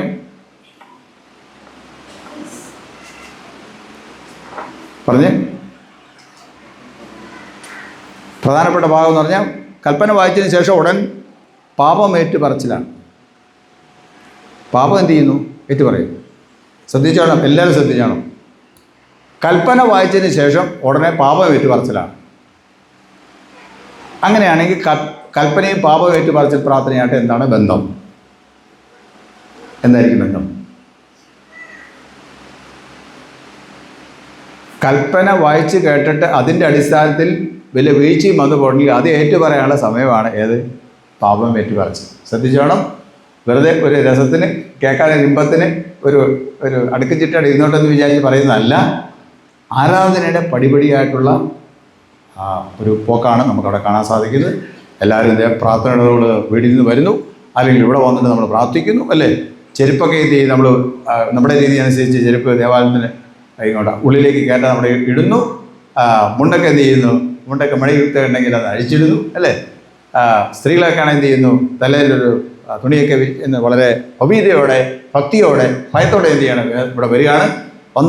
ഒന്നെങ്കിൽ മുട്ടുകുത്തുന്നു, അല്ലെങ്കിൽ ബെഞ്ചലിരിക്കുന്നു, അല്ലെ കസേരയിരിക്കുന്നു, പ്രാർത്ഥിക്കുന്നു, ദൈവമേ എന്നും പറഞ്ഞ് എന്താ പ്രാർത്ഥിക്കുന്ന അറിയത്തില്ല, നമ്മുടെ ആവശ്യങ്ങളൊക്കെ ആയിരിക്കും പറയുന്നത്, അല്ലേ? അത് പറഞ്ഞ് പ്രാർത്ഥിക്കുന്നു. ആരാധന തുടങ്ങുമ്പോൾ എന്ത് ചെയ്യുന്നുണ്ട്? ആരാധന തുടങ്ങുന്ന നമുക്ക് ദൈവത്തെ ആരാധിക്കാമെന്നും പറഞ്ഞാണ് എന്ത് ചെയ്യുന്നത്, അല്ലെ? നമുക്ക് പ്രാർത്ഥിക്കാമെന്നും പറഞ്ഞാണ് നമ്മൾ തുടങ്ങുന്നത്. തുടങ്ങിക്കഴിയുമ്പോൾ പിന്നെ പടിപടിയായിട്ട് ഏറ്റവും പ്രധാനപ്പെട്ട സംഗതി എന്ന് പറയുന്നത് ദൈവപ്രസാദം വേണമെങ്കിൽ വിശുദ്ധരായിരിക്കണം എന്നതാണ്. ദൈവപ്രസാദം വേണമെങ്കിൽ എന്ത് ചെയ്യണം? വിശുദ്ധരായിരിക്കണം. വിശുദ്ധരായിരിക്കണം. കർത്താവിൻ്റെ ദൈവത്തിൻ്റെ ഒരേ ഒരു കണ്ടീഷൻ, ഞാൻ വിശുദ്ധനായിരിക്കുന്ന പോലെ നിങ്ങളും വിശുദ്ധരായിരിക്കും. നമ്മളെ അശുദ്ധമാക്കുന്ന കൽപ്പനകളുടെ ലംഘനമാണ്. നമ്മളെ അശുദ്ധരാക്കുന്നത് എന്താണ്? കൽപ്പനകളുടെ ലംഘനമാണ്. കൽപ്പനകളുടെ ലംഘനമാണ് പാപം എന്ന് പറയുന്നത്. പാപം നമ്മെ എന്ത് ചെയ്യും? അശുദ്ധരാക്കും. പാപം എങ്ങനെയാണ് സംഭവിക്കുന്നത്? കൽപ്പനകൾ ലംഘിക്കുന്നതാണ്. അപ്പോൾ ഏതെല്ലാം കൽപ്പന ലംഘിച്ചു എന്ന് അറിയാൻ എന്ത് ചെയ്യണം? കൽപ്പന എന്ത് ചെയ്യണം? അറിഞ്ഞിരിക്കണം, അല്ലേ? ഒരു മോഷണവും കഴിഞ്ഞിട്ട് ഇവിടെ വന്നിരുന്നാൽ എന്ത് ചെയ്യാൻ പറ്റത്തില്ല? അത് ദൈവത്തിന് ഇഷ്ടമില്ലാത്ത പ്രവൃത്തി പുറത്ത് ചെയ്തിട്ട് അവിടെ വന്നിരിക്കുന്നത്, അല്ലേ? അന്നേരം ഇവിടെ വന്നപ്പോഴാണ് നീ മോഷ്ടിക്കരുത് കൽപ്പന വായിക്കുന്നത്, അല്ലേ? അന്നേരമാണ് നമ്മൾ അയ്യോ ഞാൻ മോഷ്ടിച്ചല്ലോ, അല്ലേ? പപ്പയുടെ പോക്കറ്റിൽ നിന്ന് എന്ത് ചെയ്തു? 100 രൂപ അടിച്ച് മാറ്റി. മമ്മിയുടെ പേഴ്സിൽ നിന്ന് എന്ത് ചെയ്തു? 50 രൂപ അടിച്ച് മാറ്റി. വേറെ പുറത്തൊന്നും പോയി മോഷ്ടിച്ചില്ല, ഓക്കെ. പക്ഷേ എന്ത് ചെയ്തു? പപ്പയുടെയും മമ്മിയുടെയും ഡാഡിയുടെയും അപ്പച്ചൻ്റെയും അമ്മച്ചിയുടെയും ഒന്നും അറിവോ സമ്മതമോ ഇല്ലാതെ എന്ത് ചെയ്തു? നമ്മൾ എടുത്തു. ആ മോഷണമെന്ന് പറയും. അത് വീട്ടിലെടുത്താലും പുറത്തുനിന്നെടുത്താലും സംഭവം ശരി തന്നെ, അല്ലേ? ഇവിടെ വന്നപ്പോഴാണ് ഓർന്നത് അയ്യോ മോഷ്ടിക്കരുതെന്നാണല്ലോ പറഞ്ഞത്. കഥാവേ പറ്റിപ്പോയി, വീട് പോയി, മാപ്പാക്കണേ. അതാണ് പാപം ഏറ്റു പറച്ചിലെന്ന് പറയും, അല്ലേ? ഓക്കെ. ഞാനല്ലാതെ അന്യദൈവങ്ങൾ നിങ്ങൾക്ക് ഉണ്ടാകരുതെന്ന് പറഞ്ഞിരിക്കുന്നു, അല്ലേ? നമ്മുടെ ഒരു സ്വഭാവമുണ്ട്. നമ്മൾ ആരാധന, ഏത് ആരാധനയാണെങ്കിൽ നമുക്ക് വിഷയമല്ല, അല്ലേ? നമ്മുടെ വിശ്വാസം എന്താ? എല്ലാവരും ദൈവങ്ങളല്ലേ, കിടക്കട്ടെ എല്ലാവർക്കും, അല്ലേ? ഒരു തേങ്ങ അവിടെ കിടക്കട്ടെ, ഒരു തേങ്ങ ഇവിടെ ഇട്ടേക്കാം, ഒരു തേങ്ങ ഇവിടെ ഇങ്ങോട്ട് തന്നേക്കാം. അങ്ങനെയുള്ള ഒരു ആരാധനയെക്കുറിച്ച് അല്ല വേദോസം പഠിപ്പിക്കുന്നത്. ഇനിയോ ഞാനല്ലാതെ ഒരു ദൈവത്തിന് എന്ത് ചെയ്യരുത്? ഞാൻ ഒരു വിഗ്രഹം എന്ത് ചെയ്യരുത്? ഉണ്ടാക്കരുത്. അത് ദൈവത്തിന് എന്ത് ചെയ്യരുത്? ദൈവത്തിന് മറ്റ് ഒന്നിൻ്റെ രൂപ സാദൃശ്യങ്ങൾ എന്ത് ചെയ്യരുത്? കൊടുക്കരുതെന്നാണ് അർത്ഥം. ദൈവം ഒരു നിർമ്മിതിയല്ല, ദൈവം എല്ലാത്തിനെയും നിർമ്മിച്ചവർ, അതാണ് അർത്ഥം. അതുകൊണ്ടാണ് വിഗ്രഹം ഉണ്ടാക്കരുത് പറഞ്ഞിരിക്കുന്നത്. നമ്മളിങ്ങനെ പോകുന്നപ്പോഴായിരിക്കും നമുക്ക് എന്ത് തോന്നുന്നു? ആരും മനോഹരമായ വിഗ്രഹം ശരി കിടക്കട്ടെ, അവിടെയും കിടക്കട്ടെ, ഒരു 10 പൈസ അങ്ങനെ ഇട്ടാൽ അത് എന്തായിപ്പോയി? വേറെ ദൈവത്തിനോട് ആരാധന, കൽപ്പനയുടെ ലംഘനമാണ്. ഓക്കെ. വീട്ടിൽ ചാച്ചനോടും അമ്മച്ചിയോടും വച്ചുണ്ടാക്കി വഴക്കുണ്ടാക്കി അവർക്ക് 2 തല്ലും കൊടുത്ത് ഇവിടെ വരുമ്പോഴാണ് എന്ത് പറയുന്നത്? കൽപ്പന വായിക്കുന്നത്. എന്താ കൽപ്പന? എന്താ? എൻ്റെ അപ്പനമ്മയും ബഹുമാനിക്കുക. അടി കൊടുത്തിട്ടാണോ ബഹുമാനിക്കുന്നത്? ചീത്ത പറഞ്ഞിട്ടാണോ ബഹുമാനിക്കുന്നത്? ചപ്പാട് കൊടുക്കാതിരുന്നിട്ടാണോ ബഹുമാനിക്കുന്നത്? പറഞ്ഞേക്കാതിരുന്നിട്ടാണോ ബഹുമാനിക്കുന്നത്? അല്ലേ? അത് തെറ്റാണ്. അപ്പോൾ അത് വായിക്കുകയാണ്. ആ കേൾക്കുമ്പോൾ എന്ത് ചെയ്യുന്നു? എല്ലാവർക്കും അത് ബാധകമല്ല. അത് ചെയ്തിട്ടുള്ളവരെന്ത് ചെയ്യണം? ദൈവമേ മാപ്പാക്കണം. പള്ളിയിൽ ബെഞ്ചക്കയറി എഴുന്നേറ്റെന്ന് പറയുന്നതും വേണ്ട, ഇവിടെ വന്ന് പറയാൻ സാക്ഷ്യം പറയുകയും വേണ്ട. എവിടെ പറഞ്ഞാൽ മതി? നമ്മുടെ ഹൃദയങ്ങളെ കാണുന്ന ദൈവം നമ്മുടെ ഏറ്റുപറച്ചിൽ കാണുന്നുണ്ട്. അതവിടെ നമ്മൾ പറയുക. അങ്ങനെ പാപം ഏറ്റു പറഞ്ഞതിന് ശേഷം പറയുകയാണ്, പാപം മനഃപൂർവ്വമായി പാപം ഏറ്റു പറഞ്ഞാൽ പാപം ക്ഷമിക്കും എന്ന് പറഞ്ഞ് എന്ത് ചെയ്തു? പാപം മുതൽ അറിയിപ്പ് എന്ത് ചെയ്യുന്നു?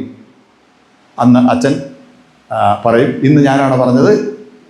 അപ്പം അത് നമുക്കൊരു ഉറപ്പ് നൽകുകയാണ്. പാപം ഏറ്റു പറഞ്ഞാൽ എന്ത് ചെയ്യുന്നു? നമ്മൾ പാപം ഏറ്റു പറഞ്ഞു കഴിഞ്ഞാൽ നമ്മളൊക്കെ ആരാണ്? പാപമാണ് മനുഷ്യനെ അശുദ്ധനാക്കുക. പാപം ഏറ്റു പറഞ്ഞാൽ പിന്നെ നമ്മൾ പാപം നമുക്കില്ല. അപ്പം നമ്മൾ ആരായി? പാപം നമ്മളെ അശുദ്ധനാക്കി. പാപം ഏറ്റു പറഞ്ഞപ്പോൾ നമ്മൾ ആരായി തീർന്നു? പരിശുദ്ധന്മാരായി തീർന്നു അല്ലേ? ആണോ? അങ്ങനെയാണ് പള്ളിയിലേക്ക് കയറി വന്നപ്പോൾ നിങ്ങൾ ആരായി തീർന്നു? ഇവിടെ ഒത്തിരി കുരുത്തക്കേടുകൾ ഉണ്ടായിരുന്നു അല്ലേ? ഓരോരുത്തർ പ്രായത്തിനനുസരിച്ചുള്ള എല്ലാവിധമായ കുരുത്തക്കേടുകളും ഉണ്ടായിരുന്നു അല്ലേ? ഇവിടെ വന്നപ്പോൾ കൽപ്പനയെല്ലാം വായിച്ചു കഴിഞ്ഞ് എന്ത് ചെയ്തു? ഓരോന്നും കേട്ടപ്പോൾ അതെല്ലാം ഏറ്റു പറഞ്ഞ് പ്രാർത്ഥിച്ചു. ഇപ്പം നമ്മളൊക്കെ ആരാ? ആരാ? പരിശുദ്ധന്മാർ, വിശുദ്ധന്മാരല്ലേ? നമ്മളെല്ലാം ആരാണ്? വിശുദ്ധന്മാർ ആണോ എന്നാണ് എൻ്റെ ചോദ്യം. ഇതാണ് അതിൻ്റെ ആരാധനയുടെ ഒരു പ്രത്യേകത എന്ന് പറയുന്നത്. അതങ്ങനെ നമ്മൾ മനസ്സിലാക്കി അറിഞ്ഞ് പോയാൽ ദൈവിക അനുഗ്രഹങ്ങൾ എന്ത് ചെയ്യും? നമ്മളെ തേടി വരും എന്നുള്ളത് യാതൊരു സംശയവുമില്ല. അങ്ങനെയാണ് ദൈവമക്കൾ അനുഗ്രഹിക്കപ്പെട്ടവരായി തീരുന്നത്. അതുകൊണ്ട് നിങ്ങൾ ഈ കാര്യങ്ങൾ ഇവിടെ പുറകിലിരിക്കുന്ന പ്രായമുള്ളവരെല്ലാം എന്ത് ചെയ്തതാണ്? ഈ കാര്യങ്ങളെല്ലാം പറഞ്ഞ് തീരുമാനമൊക്കെ എടുത്ത് പോയിരിക്കുന്നതാണ്. അവരങ്ങനെ ചെയ്തില്ലല്ലോ എന്ന് വിചാരിച്ച് നിങ്ങൾ എന്ത് ചെയ്യേണ്ട കാര്യമില്ല. നിങ്ങൾ ഇന്നെടുക്കുന്ന തീരുമാനത്തിനനുസരിച്ച് പോകേണ്ടതുകൊണ്ട് അതിനായിട്ട് ദൈവം നിങ്ങളെ സഹായിക്കുകയും ശക്തിയിരിക്കുകയും ചെയ്യുമാറാണ്. നമ്മൾ ഏത് പള്ളിക്കാരാന്ന് പറഞ്ഞേ? CSA എന്ന് പറഞ്ഞാൽ എന്താ? ചർച്ച് ഓഫ് സൗത്ത് ഇന്ത്യ അല്ലേ? തെന്നിന്ത്യ തിരുസഭ അല്ലേ? ഓക്കെ. നമ്മൾ CSA എന്നാ രൂപപ്പെട്ടത്? ഉണ്ടായത് നമ്മുടെ പള്ളി ഉണ്ടായത് 43-ലാണ്. CSA സഭ എന്നാ ഉണ്ടായത്? ഉറക്കെ പറഞ്ഞു. 47 മിടുക്കാൻ 1947-ലാണ് നമ്മുടെ സഭയുണ്ടായത്. CSA സഭ രൂപീകരണം അല്ലേ? ഈ പള്ളി ഉണ്ടായതെന്നാ? ഈ കെട്ടിടം തന്നെ ഉണ്ടായതെന്നാ? 43. CSA സഭ ഉണ്ടാകുന്നതിന് മുമ്പ് എന്ത് ചെയ്തു? CSA സഭ ഉണ്ടാകുന്നതിന് മുമ്പ് CSI പള്ളി ഉണ്ടായി. ആണോ? ഈ പള്ളി ഉണ്ടായി അല്ലേ? അപ്പോൾ CSI 47-ന് മുമ്പ് എന്തുണ്ട്? നമ്മളുണ്ട്, നമ്മുടെ ഇവിടെ പള്ളിയുണ്ട്, നമുക്ക് നമ്മുടെ കാരണന്മാരിവിടെ ഒന്ന് ആലോചിച്ചത്. അപ്പം അവരെ ആരായിരിക്കും? അവരേത് പള്ളിക്കാരായിരിക്കും?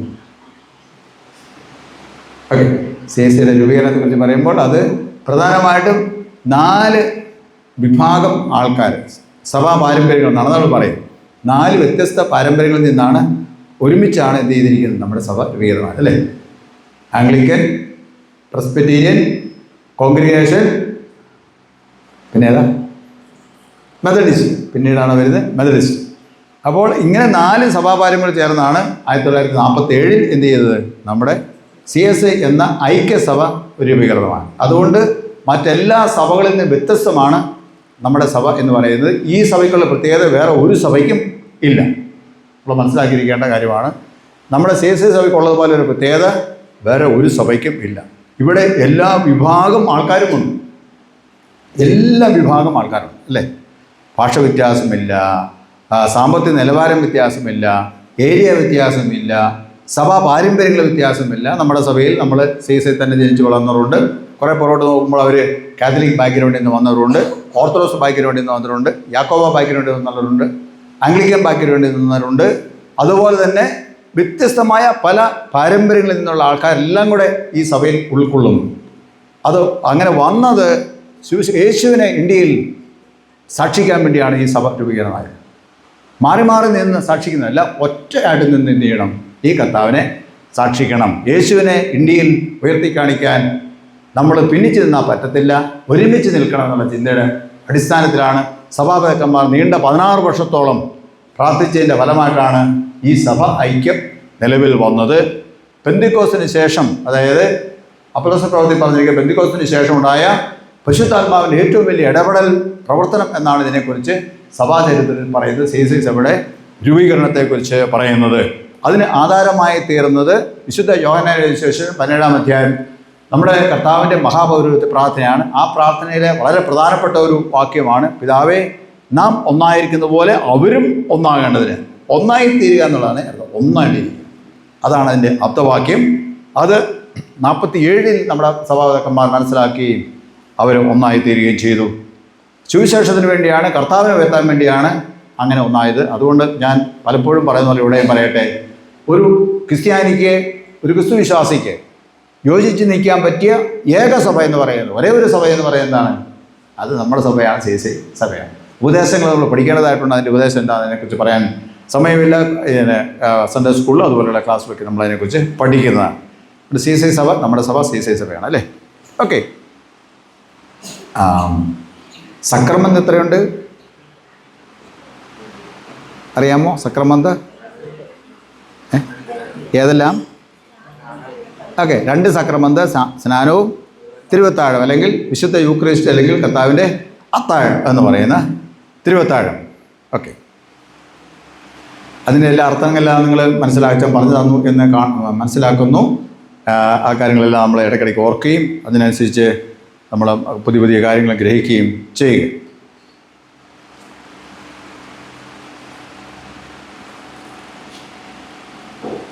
നമ്മുടെ സഭയുടെ പഠിപ്പിക്കൽ, ഉപദേശം എന്ന് പറയുന്നത്, ഏറ്റവും പ്രധാനപ്പെട്ട ഉപദേശം എന്ന് പറയുന്നത് കർത്താവ് ഒരുവൻ എന്ന് നമ്മൾ വിശ്വസിക്കും. നമ്മുടെ സഭ പഠിപ്പിക്കുകയാണ് ഉപദേശം, ഡോക്ട്രിൻസ് എന്ന് പറയും.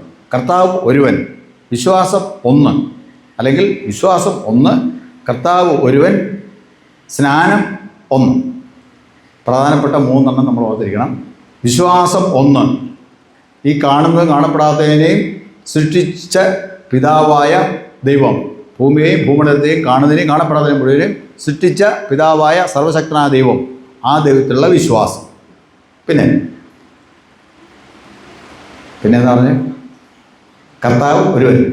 ഈ ദൈവത്തിൻ്റെ പുത്രനാണ് ആര്? യേശു കർത്താവ്. ഒറ്റ കർത്താവേ ഉള്ളൂ. അത് നമ്മുടെ വിശ്വാസം. സ്നാനം ഒന്ന്. സ്നാനം ഒന്നത് ഏത് സ്നാനമായിരിക്കും?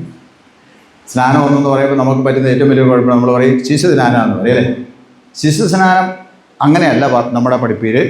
ശിശു സ്നാനമെന്നോ മുഴുകൽ സ്നാനമെന്നോ മുതിർന്ന സ്നാനമെന്നോ എന്നുള്ള പഠിപ്പീരല്ല നമുക്കുള്ളത്. CSI അവിടെ പഠിപ്പീര് പിതാവിൻ്റെയും പുത്രൻ്റെയും പരിശുദ്ധാത്മാവിൻ്റെയും നാമത്തിലുള്ള സ്നാനമാണ്.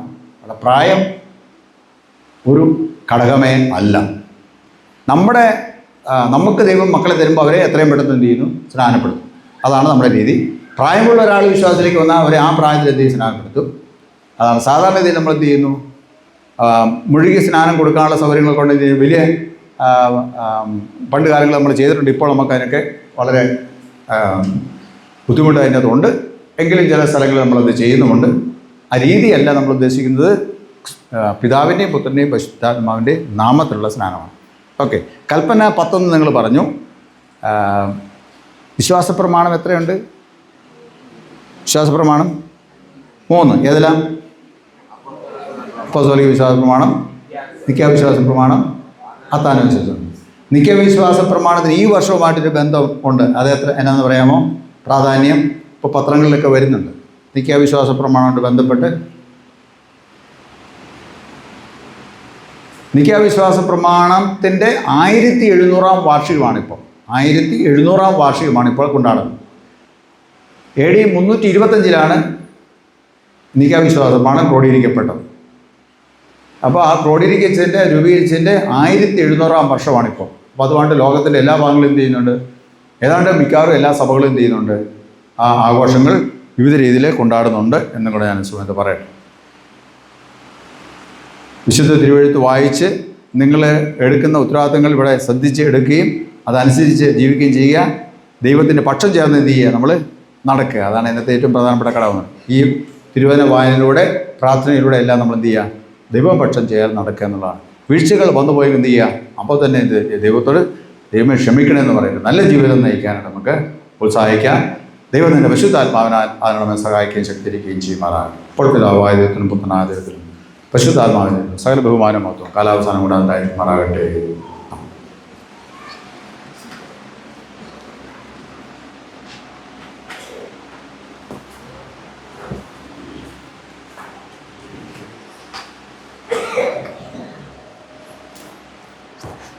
വെച്ചാൽ ഒരു സ്തോത്രഗീതം പാടാൻ പറയാം.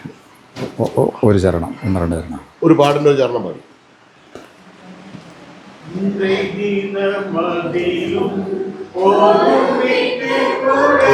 അവരുടെ ചോദ്യമല്ലേ? ഇനി ഈ കസര എടുത്ത് അങ്ങോട്ട് ഇടണം. ഏതെങ്കിലും ഒരു കസരയാണ്.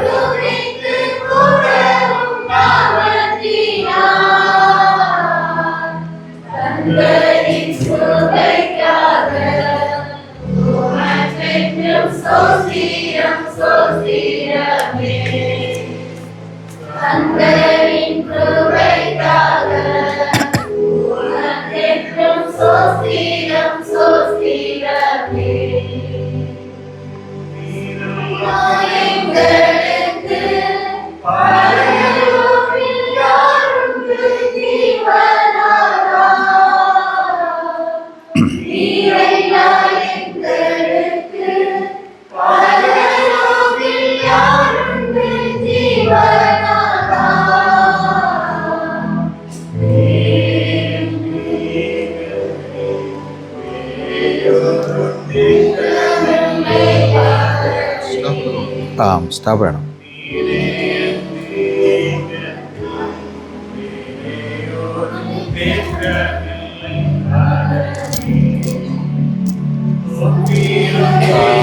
കോഡ്ലെസ് ഇങ്ങോട്ട് തരാമോ? കോഡ്ലെസ്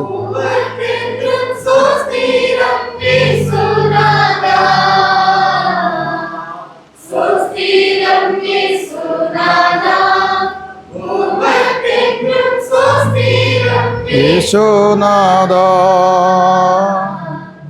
ഈ വർഷം മതി, ഒരു വർഷം മതി. അല്ല, അച്ഛനെ പിടിക്കാൻ പാടായിരുന്നു.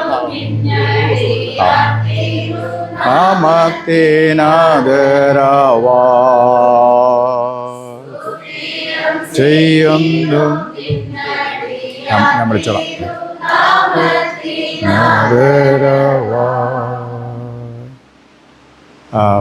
സ്ഥിരീ ചെയ്യാൻ കഴിയാനുള്ള കുഞ്ഞുങ്ങളും കൊണ്ട് മുമ്പോട്ട് വന്നാട്ടെ. ഇങ്ങോട്ട് വന്നു.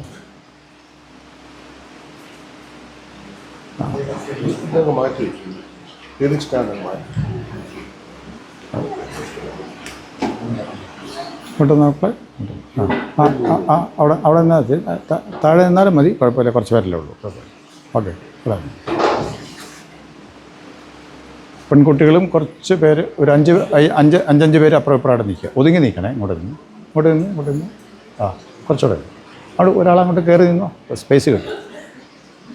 മനി അങ്ങോട്ട് കയറി നിന്നു. അങ്ങോട്ടോട്ട് മാറി നിങ്ങളിങ്ങോട്ട് നിന്ന്. ഓക്കെ.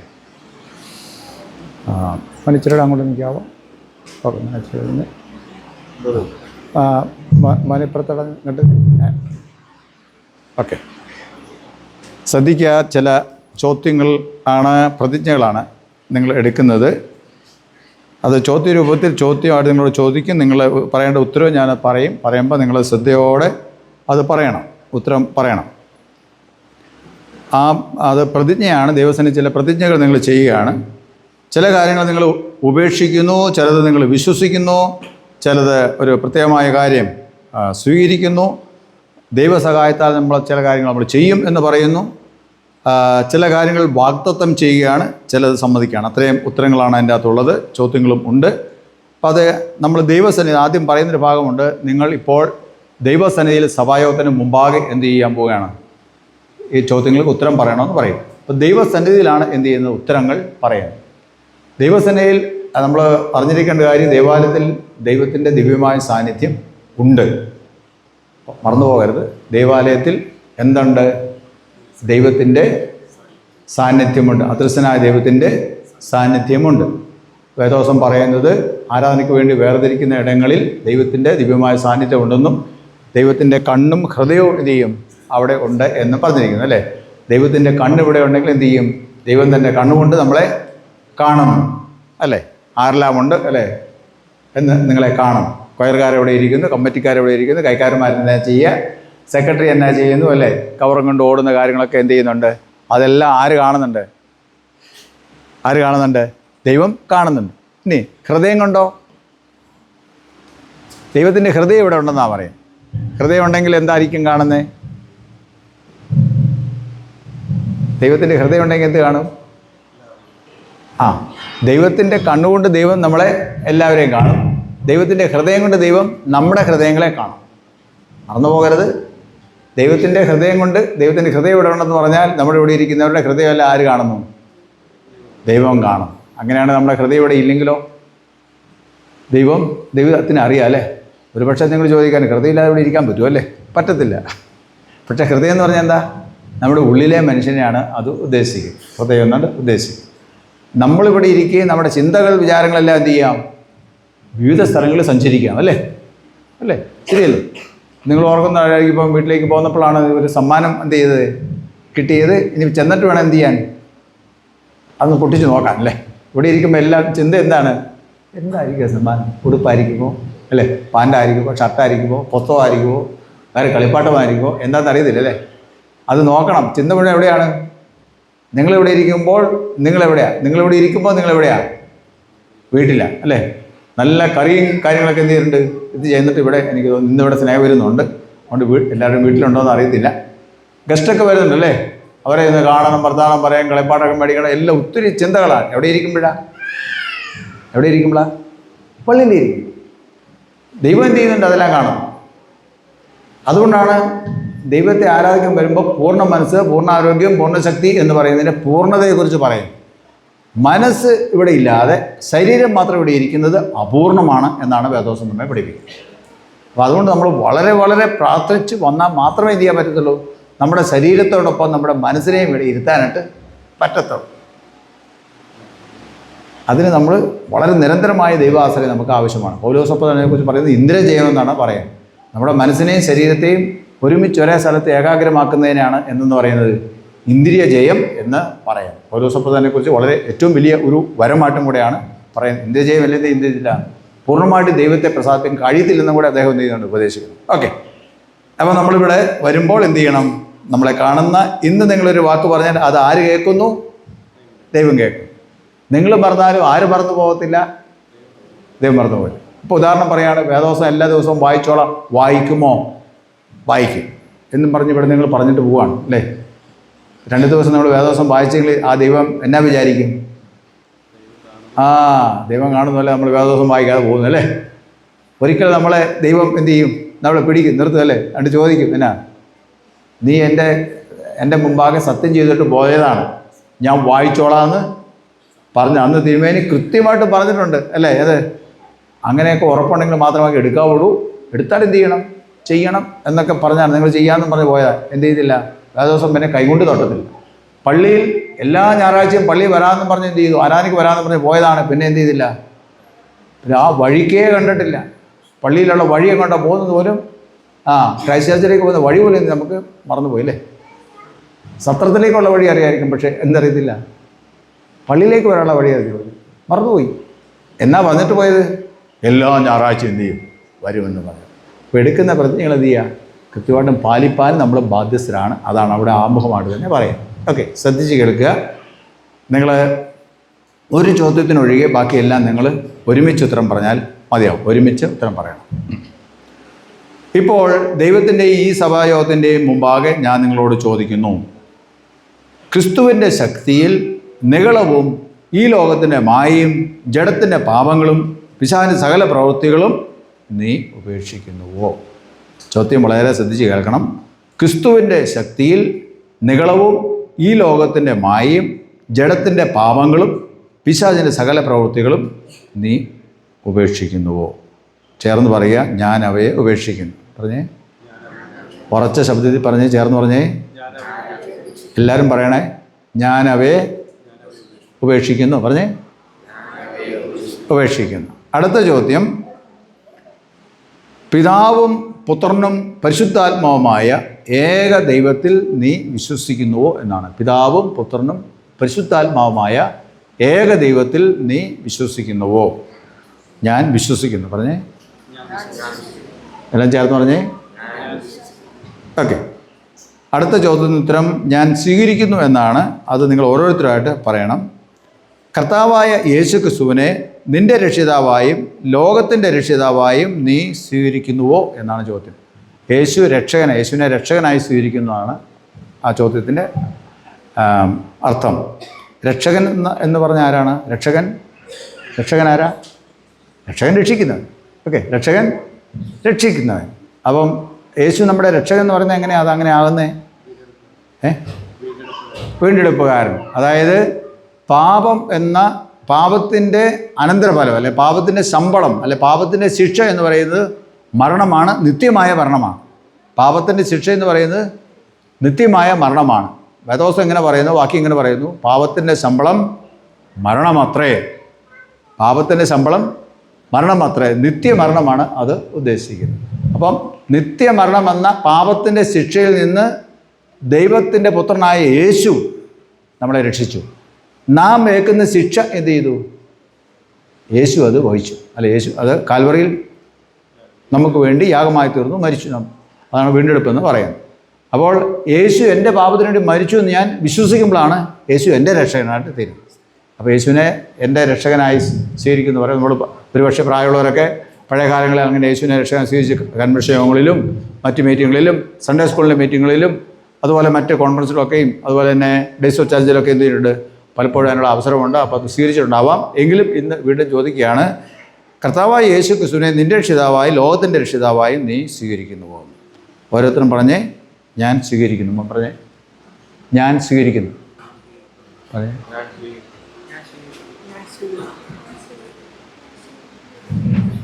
പറഞ്ഞു മോനെ, ഞാൻ സ്വീകരിക്കുന്നു. പറയാമോ? ഞാൻ സ്വീകരിക്കുന്നു. ഞാൻ സ്വീകരിക്കുന്നു. ഞാൻ സ്വീകരിക്കുന്നു. ഓക്കെ, നമുക്കെല്ലാവർക്കും എഴുന്നേറ്റ് നിന്ന് നിത്യാവിശ്വാസ പ്രമാണം ചേർന്ന് ചൊല്ലാം. സർവശക്തിയിലെ പിതാവായി ആകാശത്തെയും ഭൂമിയെയും കാണപ്പെടുകയും കാണപ്പെടാത്തതുമായ സകലദേശനാദി ഞാൻ വിശ്വസിക്കുന്നു. ദൈവത്തിൻ്റെ പുത്രനായ കർത്താവായ യേശു മിശിഹാ ഞാൻ വിശ്വസിക്കുന്നു. ദൈവം പ്രകാശം സത്യം ജനിക്കപ്പെട്ടവൻ ഉണ്ടാക്കപ്പെട്ടവനല്ല, പിതാവിന്റെ ഏകത്വമുള്ളവൻ അവനായ സാരമുണ്ടായി. അവൻ മനുഷ്യനായ നമുക്ക് നമ്മുടെ രക്ഷയ്ക്ക് വേണ്ടി സ്വർഗ്ഗം ഇറങ്ങി വിശുദ്ധാത്മാവിനാൽ കന്യകയിൽ മനുഷ്യനായി തീർന്നു. പിലാത്തോസിന് നമുക്ക് വേണ്ടി ക്രൂശിക്കപ്പെട്ടു. അവൻ കഷ്ടപ്പെട്ടു, മരിച്ചു, അടക്കപ്പെട്ടു. തെഴുത്തുപ്രകാരം മൂന്നാം ദിവസം എഴുന്നേറ്റു, സ്വർഗ്ഗത്തിലേക്ക് കയറി പിതാവിൻ്റെ വലതുഭാഗത്തിരിക്കുന്നു. അവനുള്ളവരെയും മരിച്ചവരെയും ന്യായപ്പാൻ മൊത്തത്തോടെ വീണ്ടും വരും. അവൻ്റെ രാജ്യത്തിന് അവസാനം ഉണ്ടാകുകയില്ല. പിതാവ് ജയിപ്പിക്കുന്നവനും പിതാവിൽ നിന്ന് പുത്രൻ പുറപ്പെടുന്നവനും പിതാവിനോടും പുത്രനോട് വന്ദിക്കപ്പെട്ട് മഹത്വപ്പെടുന്നവനും പ്രവാചകന്മാരെ കൊണ്ട് പറയിച്ചനായ പരിശുദ്ധാത്മാവിൽ ഞാൻ വിശ്വസിക്കുന്നു. കത്തോലിക്ക അപ്പോസ്തലനെ ഞാൻ വിശ്വസിക്കുന്നു. പാപമോചനത്തിനും അനുസരിക്കുന്നു. മരിച്ചവരുടെ പുനരുത്ഥാനത്തിനും വരുവാള ലോകത്തിലെ ജീവനും ഞാൻ കാത്തിരിക്കുന്നു.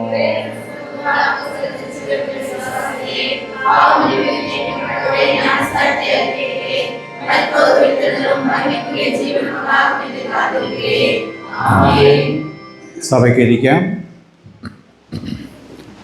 അടുത്ത ചോദ്യം, നിങ്ങളോടുള്ള ചോദ്യം ഇതാണ്: നിങ്ങൾ ദൈവത്തിൻ്റെ വിശുദ്ധ ഹിതവും കൽപ്പനകളും പ്രമാണിക്കുകയും അവയിൽ തന്നെ നിങ്ങൾ ആയുസ്സ് നടക്കുകയും ചെയ്യുമോ എന്നാണ്. ദൈവത്തിൻ്റെ കൽപ്പനകൾ അനുസരിച്ച് നടക്കുമെന്നാണ് അതിൻ്റെ ചുരുക്കം ചോദ്യം.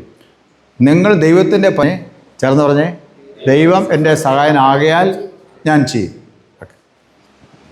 അടുത്ത 3 ചോദ്യത്തിന് ഞാൻ വാഗ്ദത്തം ചെയ്യുന്നു എന്നാണ് ഉത്തരം. ഞാൻ വാഗ്ദത്തം ചെയ്യുന്നു എന്ന് ഇപ്പോൾ ഞാൻ പ്രസംഗത്തിൽ ഇപ്പോഴും പറഞ്ഞ കാര്യങ്ങൾ തന്നെയാണ് ആവർത്തിച്ച് ചോദിക്കുന്നത്. ഒന്നാമത്തെ ചോദ്യം ഇതാണ്: കർത്തൃ ദിവസത്തിൽ, അതായത് ഞായറാഴ്ച ദിവസങ്ങളിൽ നിങ്ങളുടെ സഹക്രിസ്ത്യാനികളോട് ചേർന്ന് ആരാധനയിലും പ്രത്യേകിച്ച് കർത്താവിൻ്റെ അത്താഴത്തിലും സംബന്ധിക്കുമെന്ന് നിങ്ങൾ വാഗ്ദത്തം ചെയ്യുന്നുവോ? വിശുദ്ധ സംസർഗമുള്ള ഞായറാഴ്ചകളിൽ ദേവാലയത്തിൽ വരുമ്പോൾ നിങ്ങൾ വിശുദ്ധ സംസർഗത്തിൽ നിങ്ങൾ കൂടുമോ? ഞായറാഴ്ച ആരാധനകൾ പങ്കെടുക്കുമോ എന്നാണ് ചോദ്യം. കർത്തൃ ദിവസത്തിൽ നിങ്ങളുടെ സഹക്രിസ്ത്യാനികളോട് ചേർന്ന് ആരാധനയിലും പ്രത്യേകിച്ച് കർത്താവിൻ്റെ അത്താഴത്തിലും സംബന്ധിക്കുമെന്ന് നിങ്ങൾ വാഗ്ദത്തം ചെയ്യുന്നുവോ? ചേർന്ന് പറഞ്ഞേ, ഞാൻ വാഗ്ദത്തം ചെയ്യുന്നു. ഉറക്കെ പറഞ്ഞേ. തിരുവചനം, അതായത് വിശുദ്ധ വേദപുസ്തകം വായിക്കുകയും കേൾക്കുകയും ചെയ്യുന്നതിലും പ്രാർത്ഥിക്കുന്നതിലും വിശ്വസ്തരായിരിക്കുമെന്ന് നിങ്ങൾ വാഗ്ദത്തം ചെയ്യുന്നു. അതായത് എല്ലാ ദിവസങ്ങളിലും ദൈവത്തിൻ്റെ വചനം, വിശുദ്ധ വേദപുസ്തകം, വിശുദ്ധ ബൈബിള് വായിക്കുകയും കേൾക്കുകയും പ്രാർത്ഥിക്കുകയും ദൈവത്തോട് പ്രാർത്ഥിക്കുകയും ചെയ്യുന്നതിൽ വിശ്വസ്തരായിരിക്കും. അത് എല്ലാ ദിവസവും ചെയ്യുമോ എന്നാണ് ചോദിക്കുന്നത്. എന്ന് നിങ്ങൾ വാഗ്ദത്തം ചെയ്യുന്നുവോ? പറഞ്ഞേ, ഞാൻ വാഗ്ദത്തം ചെയ്യുന്നു. പറഞ്ഞേ, ചേർന്ന് പറഞ്ഞ് ഉറക്കെ പറഞ്ഞേ, അടുത്തത്, നിങ്ങളുടെ പ്രാപ്തി പോലെ ദൈവവേലയ്ക്കായി കൊടുക്കുമെന്ന് നിങ്ങൾ വാഗ്ദത്തം ചെയ്യുന്നുവോ? പ്രാപ്തി പോലെ ദൈവവേലയ്ക്ക് വേണ്ടി കൊടുക്കുക എന്ന് പറഞ്ഞാൽ നമ്മൾ ദേവാലയത്തിൽ കൊണ്ടുവന്ന് സ്തോത്രാഴ്ച ഇടുന്നതും അതുപോലെ തന്നെ ദശാംശം കൃത്യമായിട്ട് വേർതിരിച്ച് കൊടുക്കുന്നതും സാധുക്കളെ സഹായിക്കാനുള്ള സംഭാവന ചെയ്യുന്നതും രോഗികൾക്ക് സംഭാവന ചെയ്യുന്നതും ധർമ്മം കൊടുക്കുന്നതും എല്ലാം എന്താണ്? എല്ലാം അത് ദൈവവേലയ്ക്ക് വേണ്ടി കൊടുക്കുന്നതിന് ഈക്വലാണ്. ദിവസം പറയും, നമ്മൾ ഒരാൾക്കൊരു സഹായം ചെയ്താൽ, അർഹിക്കുന്ന ആൾക്കൊരു സഹായം ചെയ്താൽ അത് ദൈവത്തിന് വായ്പ കൊടുക്കുന്ന പോലെയാണെന്നാണ് പറഞ്ഞിരിക്കുന്നത്. അത് ദൈവത്തിന് വായ്പ കൊടുക്കുന്ന പോലെയാണ്. നമുക്കൊരാളോടൊരു മനസ്സലിവ് തോന്നി അവൻ തീരെ നിവൃത്തിയില്ലാത്തവരാണ് ഒരു സഹായം നമ്മൾ ചെയ്താൽ അത് എന്തിന് ഈക്വലാണ്? ദൈവത്തിന് വായ്പ കൊടുക്കുന്ന പോലെ എന്നാണ് വേദോസം പറയുന്നത്. വായ്പ കൊടുത്താൽ എന്താ അർത്ഥം? വായ്പ കൊടുത്താൽ എന്ത് ചെയ്യും? തിരിച്ചു കിട്ടും. വായ്പ കൊടുത്താൽ തിരിച്ചു കിട്ടും. ഇവിടെ പറയുന്നത് ആർക്ക് വായ്പ കൊടുക്കുന്നു? ദൈവത്തിന് വായ്പ കൊടുക്കും. ദൈവത്തിന് വായ്പ കൊടുത്താൽ എന്നാ ചെയ്യും? തീർച്ചയായിട്ടും തിരിച്ചു കിട്ടും. അപ്പം ദൈവിക കാര്യങ്ങൾക്ക് വേണ്ടി കൊടുക്കുമ്പോൾ എന്ത് ചെയ്യും? ദൈവം നമുക്ക് തിരികെ നൽകും. അതാണ് ചോദ്യം. നിങ്ങളുടെ പ്രാപ്തി പോലെ, ഒരുപക്ഷെ നിങ്ങൾക്ക് ഇപ്പം സ്വന്തമായിട്ട് വരുമാനമൊന്നും കാണത്തില്ല, അതേസമയത്ത് നമുക്ക് കിട്ടുന്ന സ്വന്തമായിട്ട് കിട്ടുന്ന ഏത് വരുമാനത്തിന് എന്ത് ചെയ്യാം? ഒരു പ്രത്യേക ഭാഗം വേർതിരിച്ച് എന്ത് ചെയ്യുക? ദൈവവേലയ്ക്ക് വേണ്ടി കൊടുക്കുക. ഇതുപോലുള്ള സാധുക്കൾ എന്ത് ചെയ്യുക? സഹായിക്കുക. അത് ചെയ്യുമെന്നാണ് ചോദ്യം. നിങ്ങളുടെ പ്രാപ്തി പോലെ ദൈവവേലയ്ക്കായി കൊടുക്കുമെന്ന് നിങ്ങൾ വാഗ്ദത്തം ചെയ്യുന്നുവോ? ഞാൻ വാഗ്ദത്തം ചെയ്യുന്നു. ചേർന്ന് പറഞ്ഞേ. ഓക്കെ. അടുത്ത ചോദ്യം ഇതാണ്. അതിനുത്തരം ഞാൻ സമ്മതിക്കുന്നുവെന്നാണ്. ഞാൻ സമ്മതിക്കുന്നുവെന്ന്. ക്രൂശിക്കപ്പെട്ട് പുനരുത്ഥാനം ചെയ്ത യേശു ക്രിസ്തുവിലുള്ള വിശ്വാസം ഏറ്റുപറയുന്നതിനും അവൻ്റെ കൊടുക്കയിൽ നിന്ന് ധൈര്യത്തോടെ പോരാടുന്നതിനും വാക്കിലും പ്രവൃത്തിയിലും സാക്ഷ്യം വഹിച്ചുകൊണ്ട് ജീവപര്യന്തം അവൻ്റെ വിശ്വസ്ത പടയാളികളും സേവകരുമായി തുടരുന്നതിനും നിങ്ങൾ ബാധ്യസ്ഥരാണെന്ന് സമ്മതിക്കുന്നുവോ എന്നാണ് ചോദ്യം. ഒന്നുകൂടെ പറയാം. ക്രൂശിക്കപ്പെട്ട് പുനരുത്ഥാനം ചെയ്ത യേശു ക്രിസ്തുവിലുള്ള വിശ്വാസം ഏറ്റുപറയുന്നതിനും അവൻ്റെ കൊടുക്കയിൽ നിന്ന് ധൈര്യത്തോടെ പോരാടുന്നതിനും വാക്കിലും പ്രവൃത്തിയിലും സാക്ഷ്യം വഹിച്ചുകൊണ്ട് ജീവപര്യന്തം അവൻ്റെ വിശ്വസ്ത പടയാളികളും സേവകരുമായി തുടരുന്നതിനും നിങ്ങൾ ബാധ്യസ്ഥരാണെന്ന് സമ്മതിക്കുന്നുവോ എന്ന് പറഞ്ഞാൽ എൻ്റെ ചുരുക്കം ഇതാണ്. നമ്മളൊരു നല്ല ക്രിസ്തീയ സാക്ഷ്യമുള്ളവരായിട്ട് ജീവിക്കുമോ എന്നാണ് ചോദ്യം. ജീവിതത്തിൽ ഏത് സാഹചര്യത്തിലും ക്രിസ്തുവിലുള്ള സാക്ഷ്യം മുറുകെ പിടിക്കുമോ, ക്രിസ്തുവിനെ ഉയർത്തി കാണിക്കുമോ എന്നാണ് ചോദ്യം. അത് എന്നാൽ നിങ്ങൾ അവൻ്റെ വിശ്വസ്ത പടയാളികളും സേവകരുമായി തുടരുന്നതിന് നിങ്ങൾ ബാധ്യസ്ഥരാണ്, അതെൻ്റെ കടമയാണെന്ന് നിങ്ങൾ സമ്മതിക്കുന്നുവോ എന്നാണ് ചോദ്യം. ഉത്തരം ഞാൻ സമ്മതിക്കില്ല. ചേർന്ന് പറഞ്ഞേ, ഞാൻ സമ്മതിക്കുന്നു. ഒന്നുകൂടെ പറഞ്ഞേ, ഞാൻ സമ്മതിക്കുന്നു. പ്രിയരെ, നമ്മുടെ ഏകരക്ഷിതാവായ ക്രിസ്തു മൂലം ദൈവത്തിലുള്ള വിശ്വാസവും അവനെ അനുസരിക്കുന്നതിനും തൻ്റെ ജനങ്ങളുമായുള്ള കൂട്ടായ്മയിൽ ജീവിക്കുന്നതിനുമുള്ള നിങ്ങളുടെ ആഗ്രഹവും നിങ്ങൾ ഏറ്റു പറഞ്ഞുവല്ലോ. നിങ്ങളിപ്പോൾ മുട്ടുകുത്തി നിങ്ങൾ വാഗ്ദത്തം ചെയ്തിട്ടുള്ള കാര്യങ്ങൾ നിവർത്തിക്കുവാൻ പരിശുദ്ധാത്മാവ് നിങ്ങളെ പ്രാപ്തിപ്പെടുത്തുന്നതിന് വേണ്ടി പ്രാർത്ഥിക്കുക. നിങ്ങൾ അതാത് സാധനങ്ങൾ മുട്ടുകുത്തിക്ക്. ഇവിടെ നിൽക്കുന്നവർക്ക് അങ്ങോട്ട് കയറി മുട്ടുകുത്താം, ബാക്കിയുള്ളവർ അവിടെ തന്നെ മുട്ടുകുത്താം. നിങ്ങൾ കയറി ഇവിടെ മുട്ടുകുത്താം. പയ്യെ. ഓക്കെ.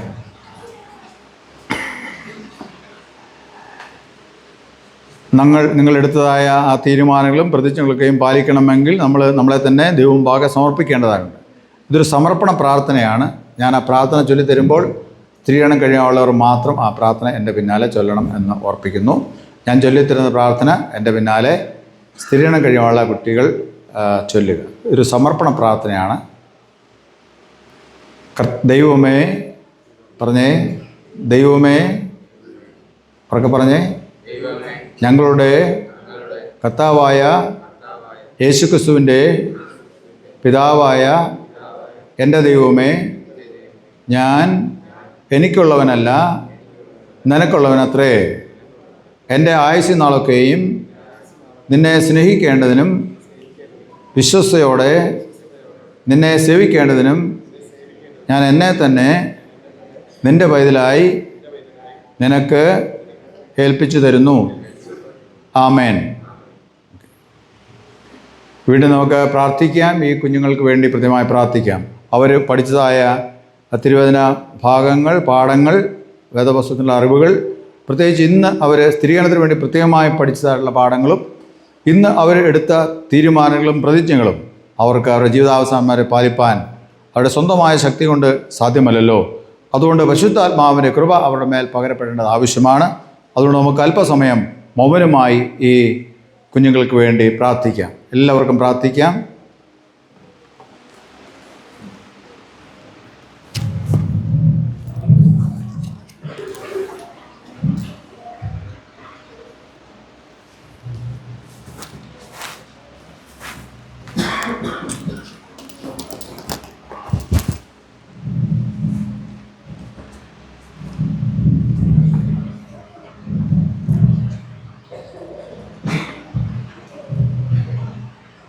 ദൈവത്തിൻ്റെ പരിശുദ്ധാത്മാവിന് ഈ പ്രിയമക്കളിൽ വന്ന് അവരെ ശക്തീകരിക്കുന്നതിന് വേണ്ടി കൃത്യമായി പ്രാർത്ഥിക്കാം.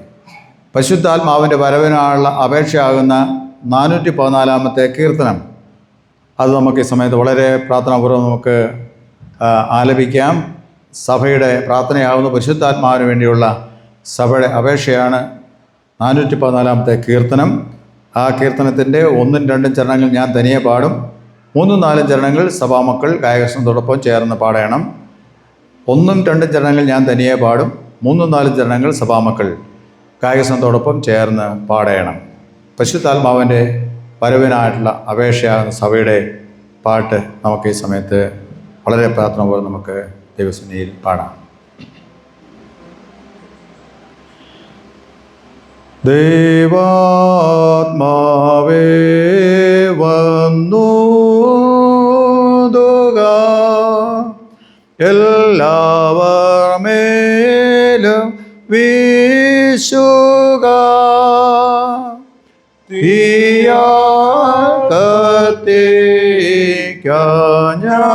ഞങ്ങളെ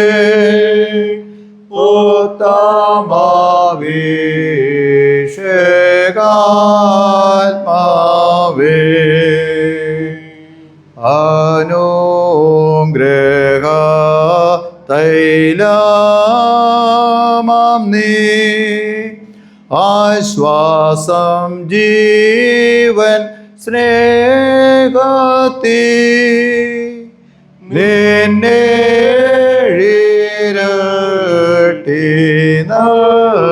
വര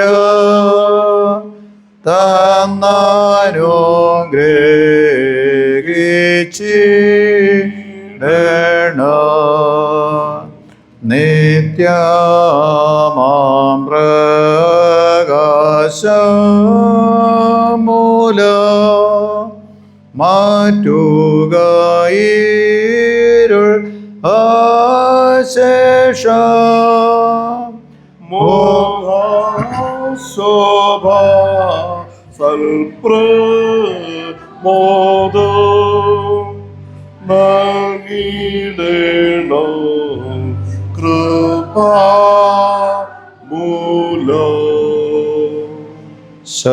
ശത്രുവേ ദൂരെ അകറ്റി തന്നിടണം ദിവ്യശാന്തി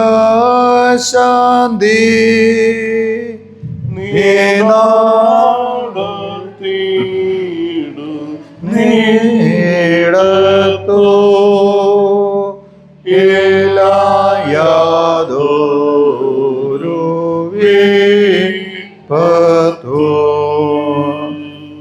ഏക സത്യ നിത്യ ദേവാ തദാസുദാമ ശുദ്ധാത്മാ നിന്നെ അറിവാൻ സഹായം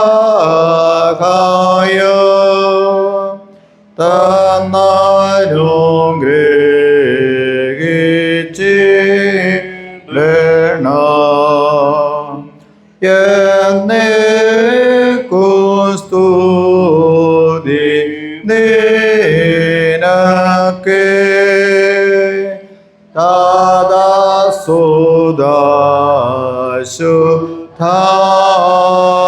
തദാസുദാശുദ്ധാത്മാവേ.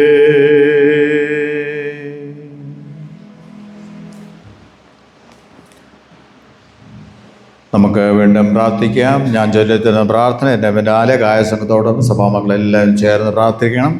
ഈ പ്രിയമക്കൾക്ക് വേണ്ടി അവരെടുത്ത പ്രതിജ്ഞകൾ തീരുമാനങ്ങളൊക്കെയും അത് പാലിപ്പാൻ തക്കോണം ദൈവത്തിൻ്റെ പരിശുദ്ധാത്മാവിൻ്റെ ശക്തി അവരുടെ മേൽ, സഹായം അവരുടെ മേൽ ലഭിക്കുന്നതിന് വേണ്ടി, ദൈവകൃപ അവരുടെ മേൽ പകരപ്പെടുന്നതിന് വേണ്ടി നമുക്ക് പ്രാർത്ഥിക്കാം. ഞാൻ ചൊല്ലിത്തരുന്ന പ്രാർത്ഥന എൻ്റെ പിന്നാലെ ഗായസംഘത്തോടൊപ്പം സഭാമക്കൾ എല്ലാവരും പ്രാർത്ഥിക്കണം. സ്ത്രീകളുടെ കുട്ടികൾ അത് പ്രാർത്ഥിക്കേണ്ടതില്ല എന്ന് ഉറപ്പിക്കും. പ്രാർത്ഥിക്കാം. വിശുദ്ധ ബപ്തിസ്മയാൽ വിശുദ്ധ ബപ്തിസ്മയാൽ ഈ നിന്റെ മക്കളെ നിന്റെ കുടുംബത്തിലേക്ക് കൈക്കൊണ്ട ഞങ്ങളുടെ സ്വർഗസ്ഥ പിതാവായ ദൈവമേ, നിന്റെ പരിശുദ്ധാത്മാവിനാൽ ഇവരെ വിശ്വാസത്തിൽ ബലപ്പെടുത്തി നിന്റെ കൃപാവരങ്ങളാകുന്ന ജ്ഞാനത്തിന്റെയും വിവേകത്തിന്റെയും ആത്മാവിനെ ആലോചനയുടെയും ശക്തിയുടെയും ആത്മാവിനെ പരിജ്ഞാനത്തിന്റെയും ദൈവഭയത്തിന്റെയും ആത്മാവിനെ ഇവരിൽ ദിനംതോറും വർദ്ധിപ്പിച്ച് നിന്റെ കരുണയാൽ ഇവരെ നിത്യജീവനിലേക്ക് കാത്തുകൊള്ളണമെന്ന് നിന്റെ പുത്രനും ഞങ്ങളെ കർത്താവുമായ യേശു മിശിഹാ മൂലം ഞങ്ങൾ നിന്നോട് അപേക്ഷിക്കുന്നു. ആമേൻ.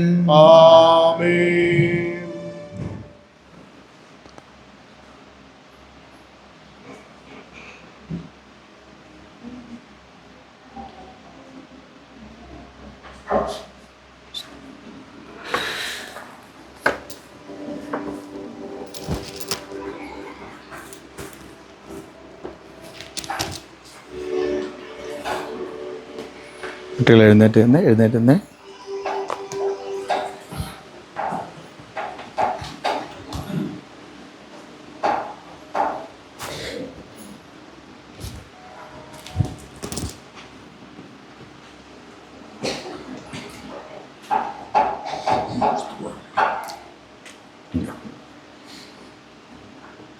ഈ കയ്യിൽ പിടിച്ചാലും മതി. പറ്റുമോ? അവിടെ പിടിക്കാൻ പറ്റുമോ?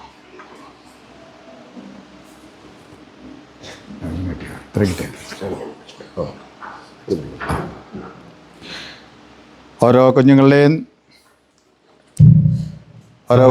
തലമേൽ കൈവച്ച് പ്രാർത്ഥിക്കുമ്പോൾ സഭാമക്കൾ എല്ലാവരും കൈവശത്തോടൊപ്പം ആമേൻ എന്ന് ഉറച്ച ശബ്ദത്തിൽ പറയണം എന്ന് പ്രത്യേകമായിട്ട് ഓർപ്പിക്കുന്നു. കുഞ്ഞുങ്ങളെ തലമേൽ കൈവച്ച് പ്രാർത്ഥിക്കുമ്പോൾ, പ്രാർത്ഥന കഴിയുമ്പോൾ എല്ലാവരും ചേർന്ന് ഉറച്ച ശബ്ദത്തിൽ ആമേൻ എന്ന് പറയണം.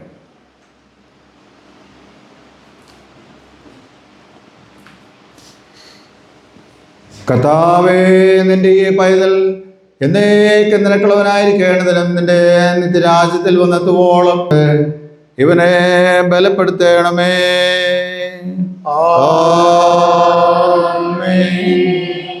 ഇവിടെ തന്നെ നീക്കണേ പെൺകുട്ടികൾ.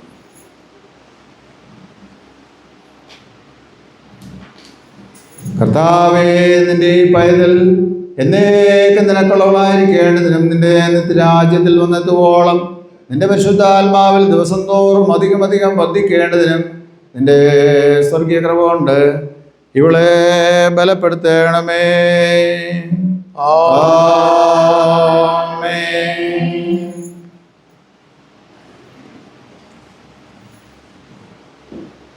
കർത്താവേ, നിന്റെ പൈതൽ എന്നേക്കും നിനക്കുള്ളവളായിരിക്കേണ്ടതിനും നിന്റെ നിത്യരാജ്യത്തിൽ വന്നെത്തുവോളം നിന്റെ പരിശുദ്ധാത്മാവിൽ ദിവസം തോറും അധികം വർദ്ധിക്കേണ്ടതിനും നിന്റെ സ്വർഗീയ കൃപ കൊണ്ട് ഇവളെ ബലപ്പെടുത്തണമേ.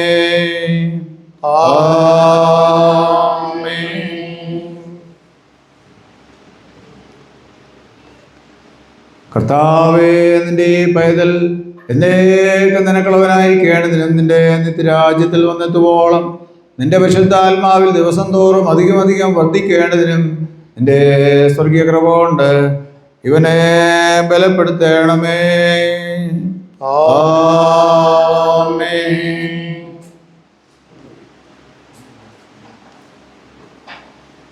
കർത്താവേ, നിന്റെ പൈതൽ എന്നേക്കും നിനക്കുള്ളവനായിരിക്കേണ്ടതിനും നിന്റെ നിത്യരാജ്യത്തിൽ വന്നെത്തുവോളം നിന്റെ പരിശുദ്ധാത്മാവിൽ ദിവസം തോറും അധികം വർദ്ധിക്കേണ്ടതിനും നിന്റെ സ്വർഗീയ കൃപ കൊണ്ട് ഇവനെ ബലപ്പെടുത്തണമേ.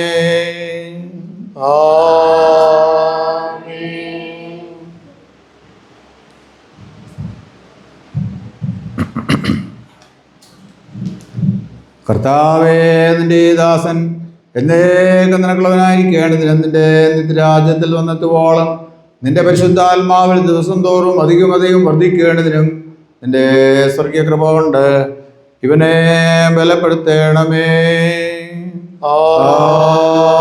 ആമേൻ.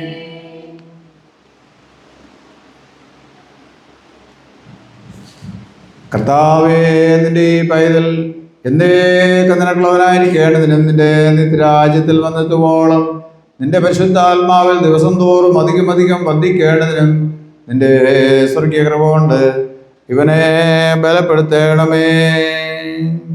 ആമേൻ.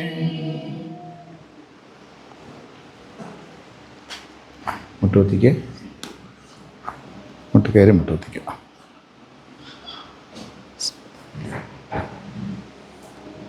കർത്താവേ, നിന്റെ ഈ പൈതൽ എന്നേക്കും നിനക്കുള്ളവനായിരിക്കേണ്ടതിനും നിന്റെ നിത്യരാജ്യത്തിൽ വന്നെത്തുവോളം നിന്റെ പരിശുദ്ധാത്മാവിൽ ദിവസം തോറും അധികം അധികം വർദ്ധിക്കേണ്ടതിനും നിന്റെ സ്വർഗീയ കൃപ കൊണ്ട് ഇവനെ ബലപ്പെടുത്തേണമേ.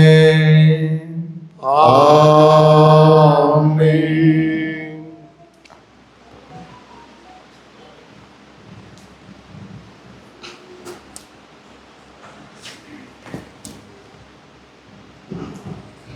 കർത്താവേ, നിന്റെ ഈ പൈതൽ എന്നേക്കും നിനക്കുള്ളവനായിരിക്കേണ്ടതിനും നിന്റെ നിത്യരാജ്യത്തിൽ വന്നെത്തുവോളം നിന്റെ പരിശുദ്ധാത്മാവിൽ ദിവസം തോറും അധികം അധികം വർദ്ധിക്കേണ്ടതിനും നിന്റെ സ്വർഗീയ കൃപ കൊണ്ട് ഇവനെ ബലപ്പെടുത്തേണമേ.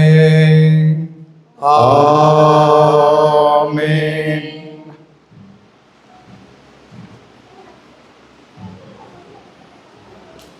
കർത്താവേ, നിന്റെ ഈ പൈതൽ എന്നേക്കും നിനക്കുള്ളവനായിരിക്കേണ്ടതിനും നിന്റെ നിത്യരാജ്യത്തിൽ വന്നെത്തുവോളം നിന്റെ പരിശുദ്ധാത്മാവിൽ ദിവസം തോറും അധികം അധികം വർദ്ധിക്കേണ്ടതിനും നിന്റെ സ്വർഗീയ കൃപ കൊണ്ട് ഇവനെ ബലപ്പെടുത്തേണമേ. ആമേൻ.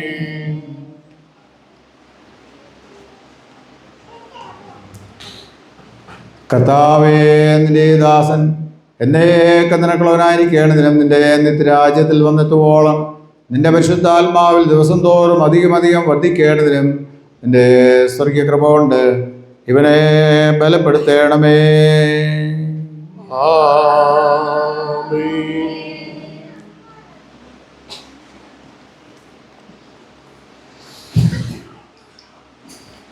കർത്താവ് നിങ്ങളോട് കൂടെ ഇരിക്കട്ടെ.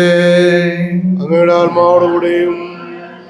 നമുക്ക് പ്രാർത്ഥിക്കാം, ചേർന്ന് പ്രാർത്ഥിക്കാം. സ്വർഗസ്ഥനായ ഞങ്ങളുടെ പിതാവേ, തിരുനാമം ശരിക്കണമേ, തിരുരാജ്യം വരണമേ, തിരുവിഷ്ടം സ്വർഗത്തിലെ പോലെ ഭൂമിയിലാകണമേ. ഞങ്ങൾക്ക് ആവശ്യാഹാരം തരണമേ. ഞങ്ങളുടെ കടക്കാൽ ക്ഷമിച്ചിരിക്കുന്നത് പോലെ ഞങ്ങളുടെ കടങ്ങളെ ഞങ്ങളോട് ക്ഷമിക്കണമേ. ഞങ്ങളെ പരീക്ഷയിലേക്ക് എടുത്താതെ ദുഷ്ടങ്ങളിലേക്കണമേ. എന്നാൽ രാജ്യവും ശക്തിയും മഹത്വവും എന്നേക്കും നിനക്കുള്ളതാകുന്നു. ആമേൻ. നിന്റെ പുത്രൻ ഞങ്ങളെ രക്ഷിതാവായ യേശുക്രിസ്തുവിന്റെ വാഗ്ദത്ത പ്രകാരം നിന്റെ സഭയെ പരിശുദ്ധാത്മാവിന്റെ മന്ദിരമായിരിക്കുവാൻ നിയമിച്ച സർവശക്തനും നിത്യനുമായ ദൈവമേ, ഇപ്പോൾ നമ്മുടെ കൈകൾ വെച്ചിട്ടുള്ള ഈ നിന്റെ മക്കൾക്ക് വേണ്ടി ഞങ്ങൾ പ്രാർത്ഥിക്കുന്നത് കരുണയോടെ കേൾക്കണമേ. ഇവരുടെ മേൽ നിന്റെ പിതൃക്കരങ്ങൾ ഉണ്ടായിരിക്കണമെന്ന് ഞങ്ങൾ നിന്നോട് അപേക്ഷിക്കുന്നു. ഇവരോടുകൂടി നിന്റെ പരിശുദ്ധാത്മാവ് എപ്പോഴും ഇരിക്കണമേ. ഇവർ തങ്ങളുടെ ആയുസ്സ് നാളൊക്കെ നിന്നെ സേവിക്കുകയും നിന്നോടുകൂടെ എന്നേക്ക് വസിക്കുകയും ചെയ്യേണ്ടതിന് നിന്റെ വചനത്തിൻ്റെ അറിവിലും അനുസരണത്തിലും ഇവരെ നടത്തണമെന്ന് ഞങ്ങളുടെ കർത്താവ് രക്ഷിതാവായ യേശുക്രിസ്തു മൂലം ഞങ്ങൾ നിന്നോട് അപേക്ഷിക്കുന്നു. അവൻ നിന്നോടും പരിശുദ്ധാത്മാവോടും കൂടെ എന്നും ഏകദൈവമായി കാലാവസാനം കൂടാതെ ജീവിച്ച് വാഴുന്നുവല്ലോ. ആമേൻ.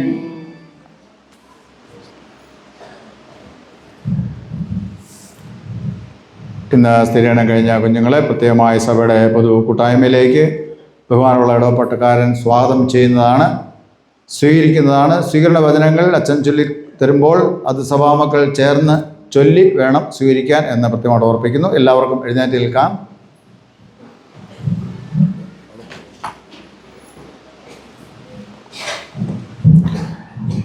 കുട്ടികൾ അങ്ങോട്ട് തിരിഞ്ഞു നിന്നാട്ടെ. സഭയ്ക്ക് അഭിമുഖമായിട്ട് നിൽക്കാം കുട്ടികൾ.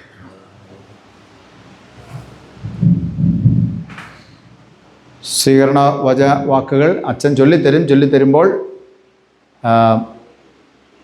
ഗായകസംഘത്തോടൊപ്പം സഭാമക്കൾ ചേർന്ന് ചൊല്ലണം എന്ന് പ്രത്യേകം ഓർപ്പിക്കുന്നു. കുട്ടികൾ അത് ചൊല്ലേണ്ടതില്ല എന്നും കൂടെ ഓർപ്പിക്കുന്നു.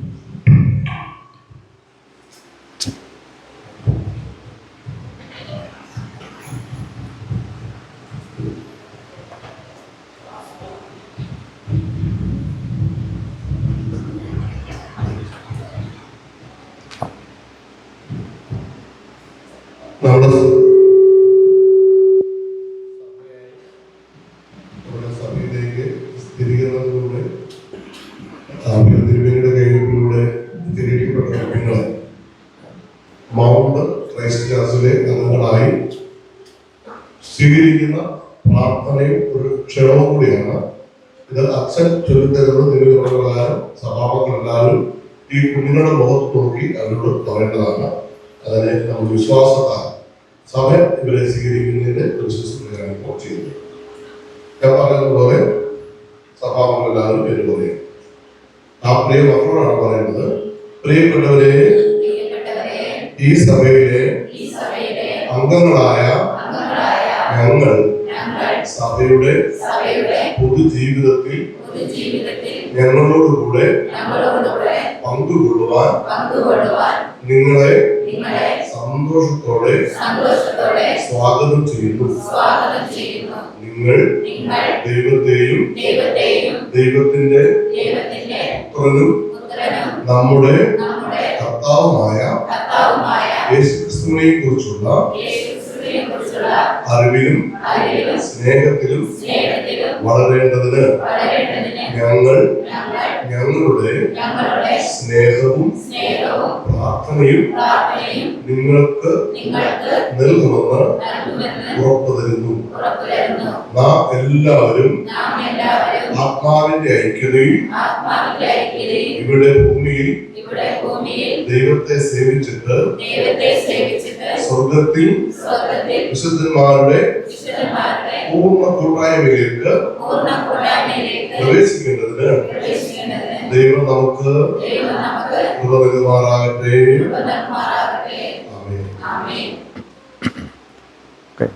കുട്ടികളെ കണ്ട് തിരിഞ്ഞു നിന്നാട്ടെ.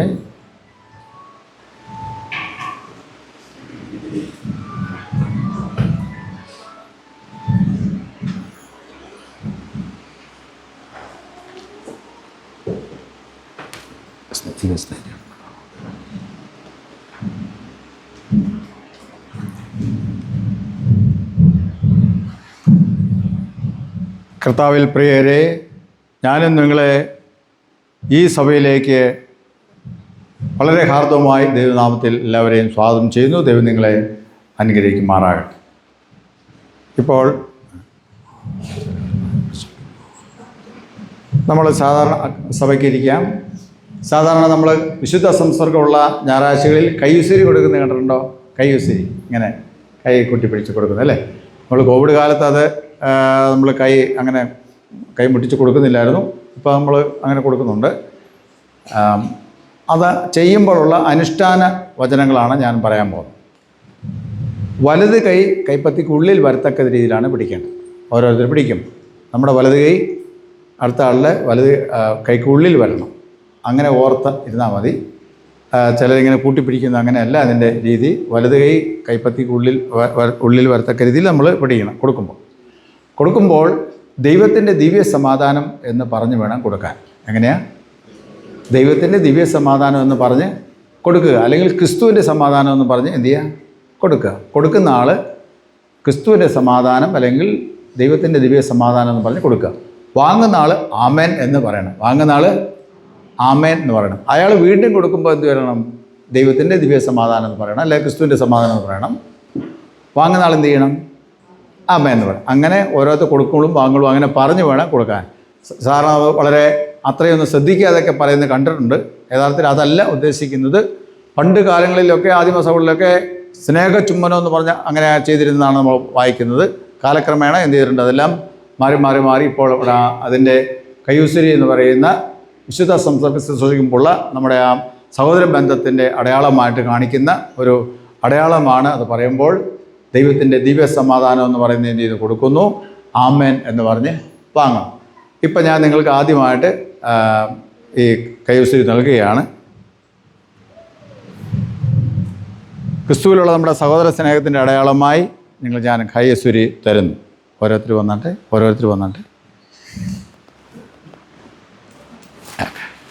ദൈവത്തിൻ്റെ ദിവ്യ സമാധാനം. ആമേൻ. ദൈവത്തിൻ്റെ ദിവ്യ സമാധാനം. ദൈവത്തിൻ്റെ ദിവ്യ സമാധാനം. ദൈവത്തിൻ്റെ ദിവ്യ സമാധാനം. ഉള്ളതാണ് ദൈവത്തിൻ്റെ ദിവ്യ സമാധാനം.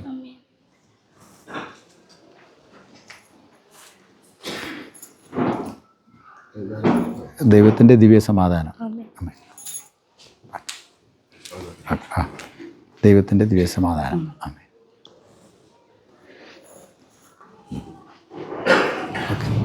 ദൈവത്തിൻ്റെ ദിവ്യ സമാധാനം. ആമേൻ. ദൈവത്തിൻ്റെ ദിവ്യ സമാധാനം. ആമേൻ. ദൈവത്തിൻ്റെ ദിവ്യ സമാധാനം. ആമേൻ. ദൈവത്തിൻ്റെ ദിവ്യ സമാധാനം. ആമേൻ. ഓക്കെ.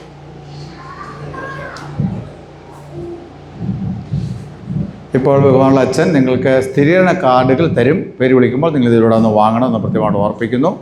സ്ഥിരീകരണ കാർഡ് എന്ന് പറഞ്ഞാൽ വളരെ വലിപ്പം കുറഞ്ഞ സൈസിൽ നമ്മൾ പ്രിൻ്റ് ചെയ്തിരിക്കുന്ന കാർഡാണ്.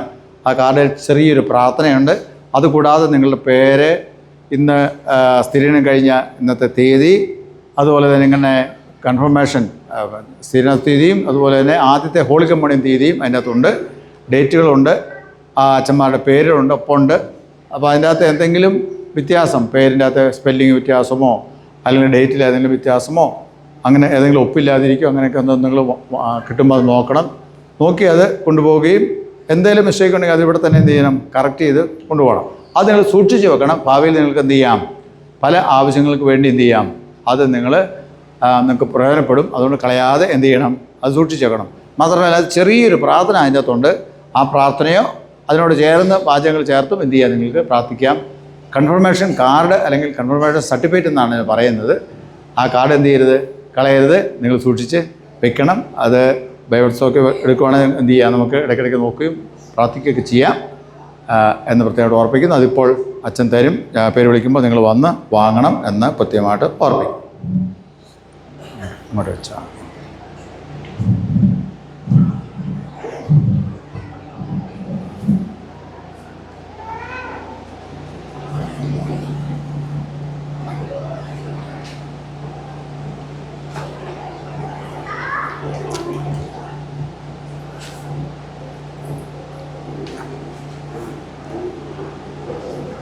എന്തോ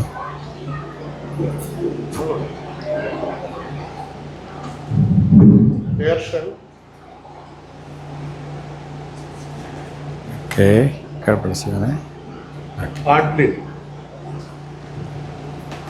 ഓക്കെ, കുഴപ്പമില്ല. നിരീഷ് കുഴപ്പമില്ല. ഐസക് ജയകാരൻ, കുഴപ്പമില്ല. ജോൺ ബ്രിട്ടോ, കുഴപ്പമില്ല. ജോസഫ്, കുഴപ്പമില്ല. സുരേഷ് ടി, കുഴപ്പമില്ല. നിതീഷ് കുമാർ എം,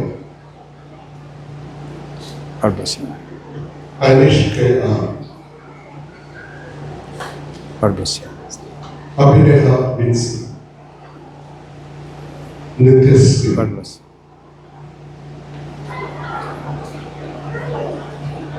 ഓക്കെ, കുഴപ്പമില്ല. തീർന്നില്ലേ? സ്റ്റാഫ് കൊണ്ടുവന്ന്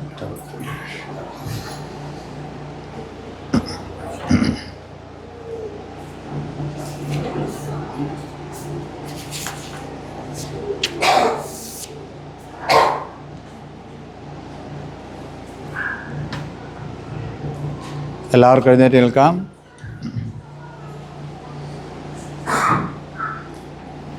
സമാധാനത്തോടെ ലോകത്തിലേക്ക് പുറപ്പെട്ടു പോകുവിൻ.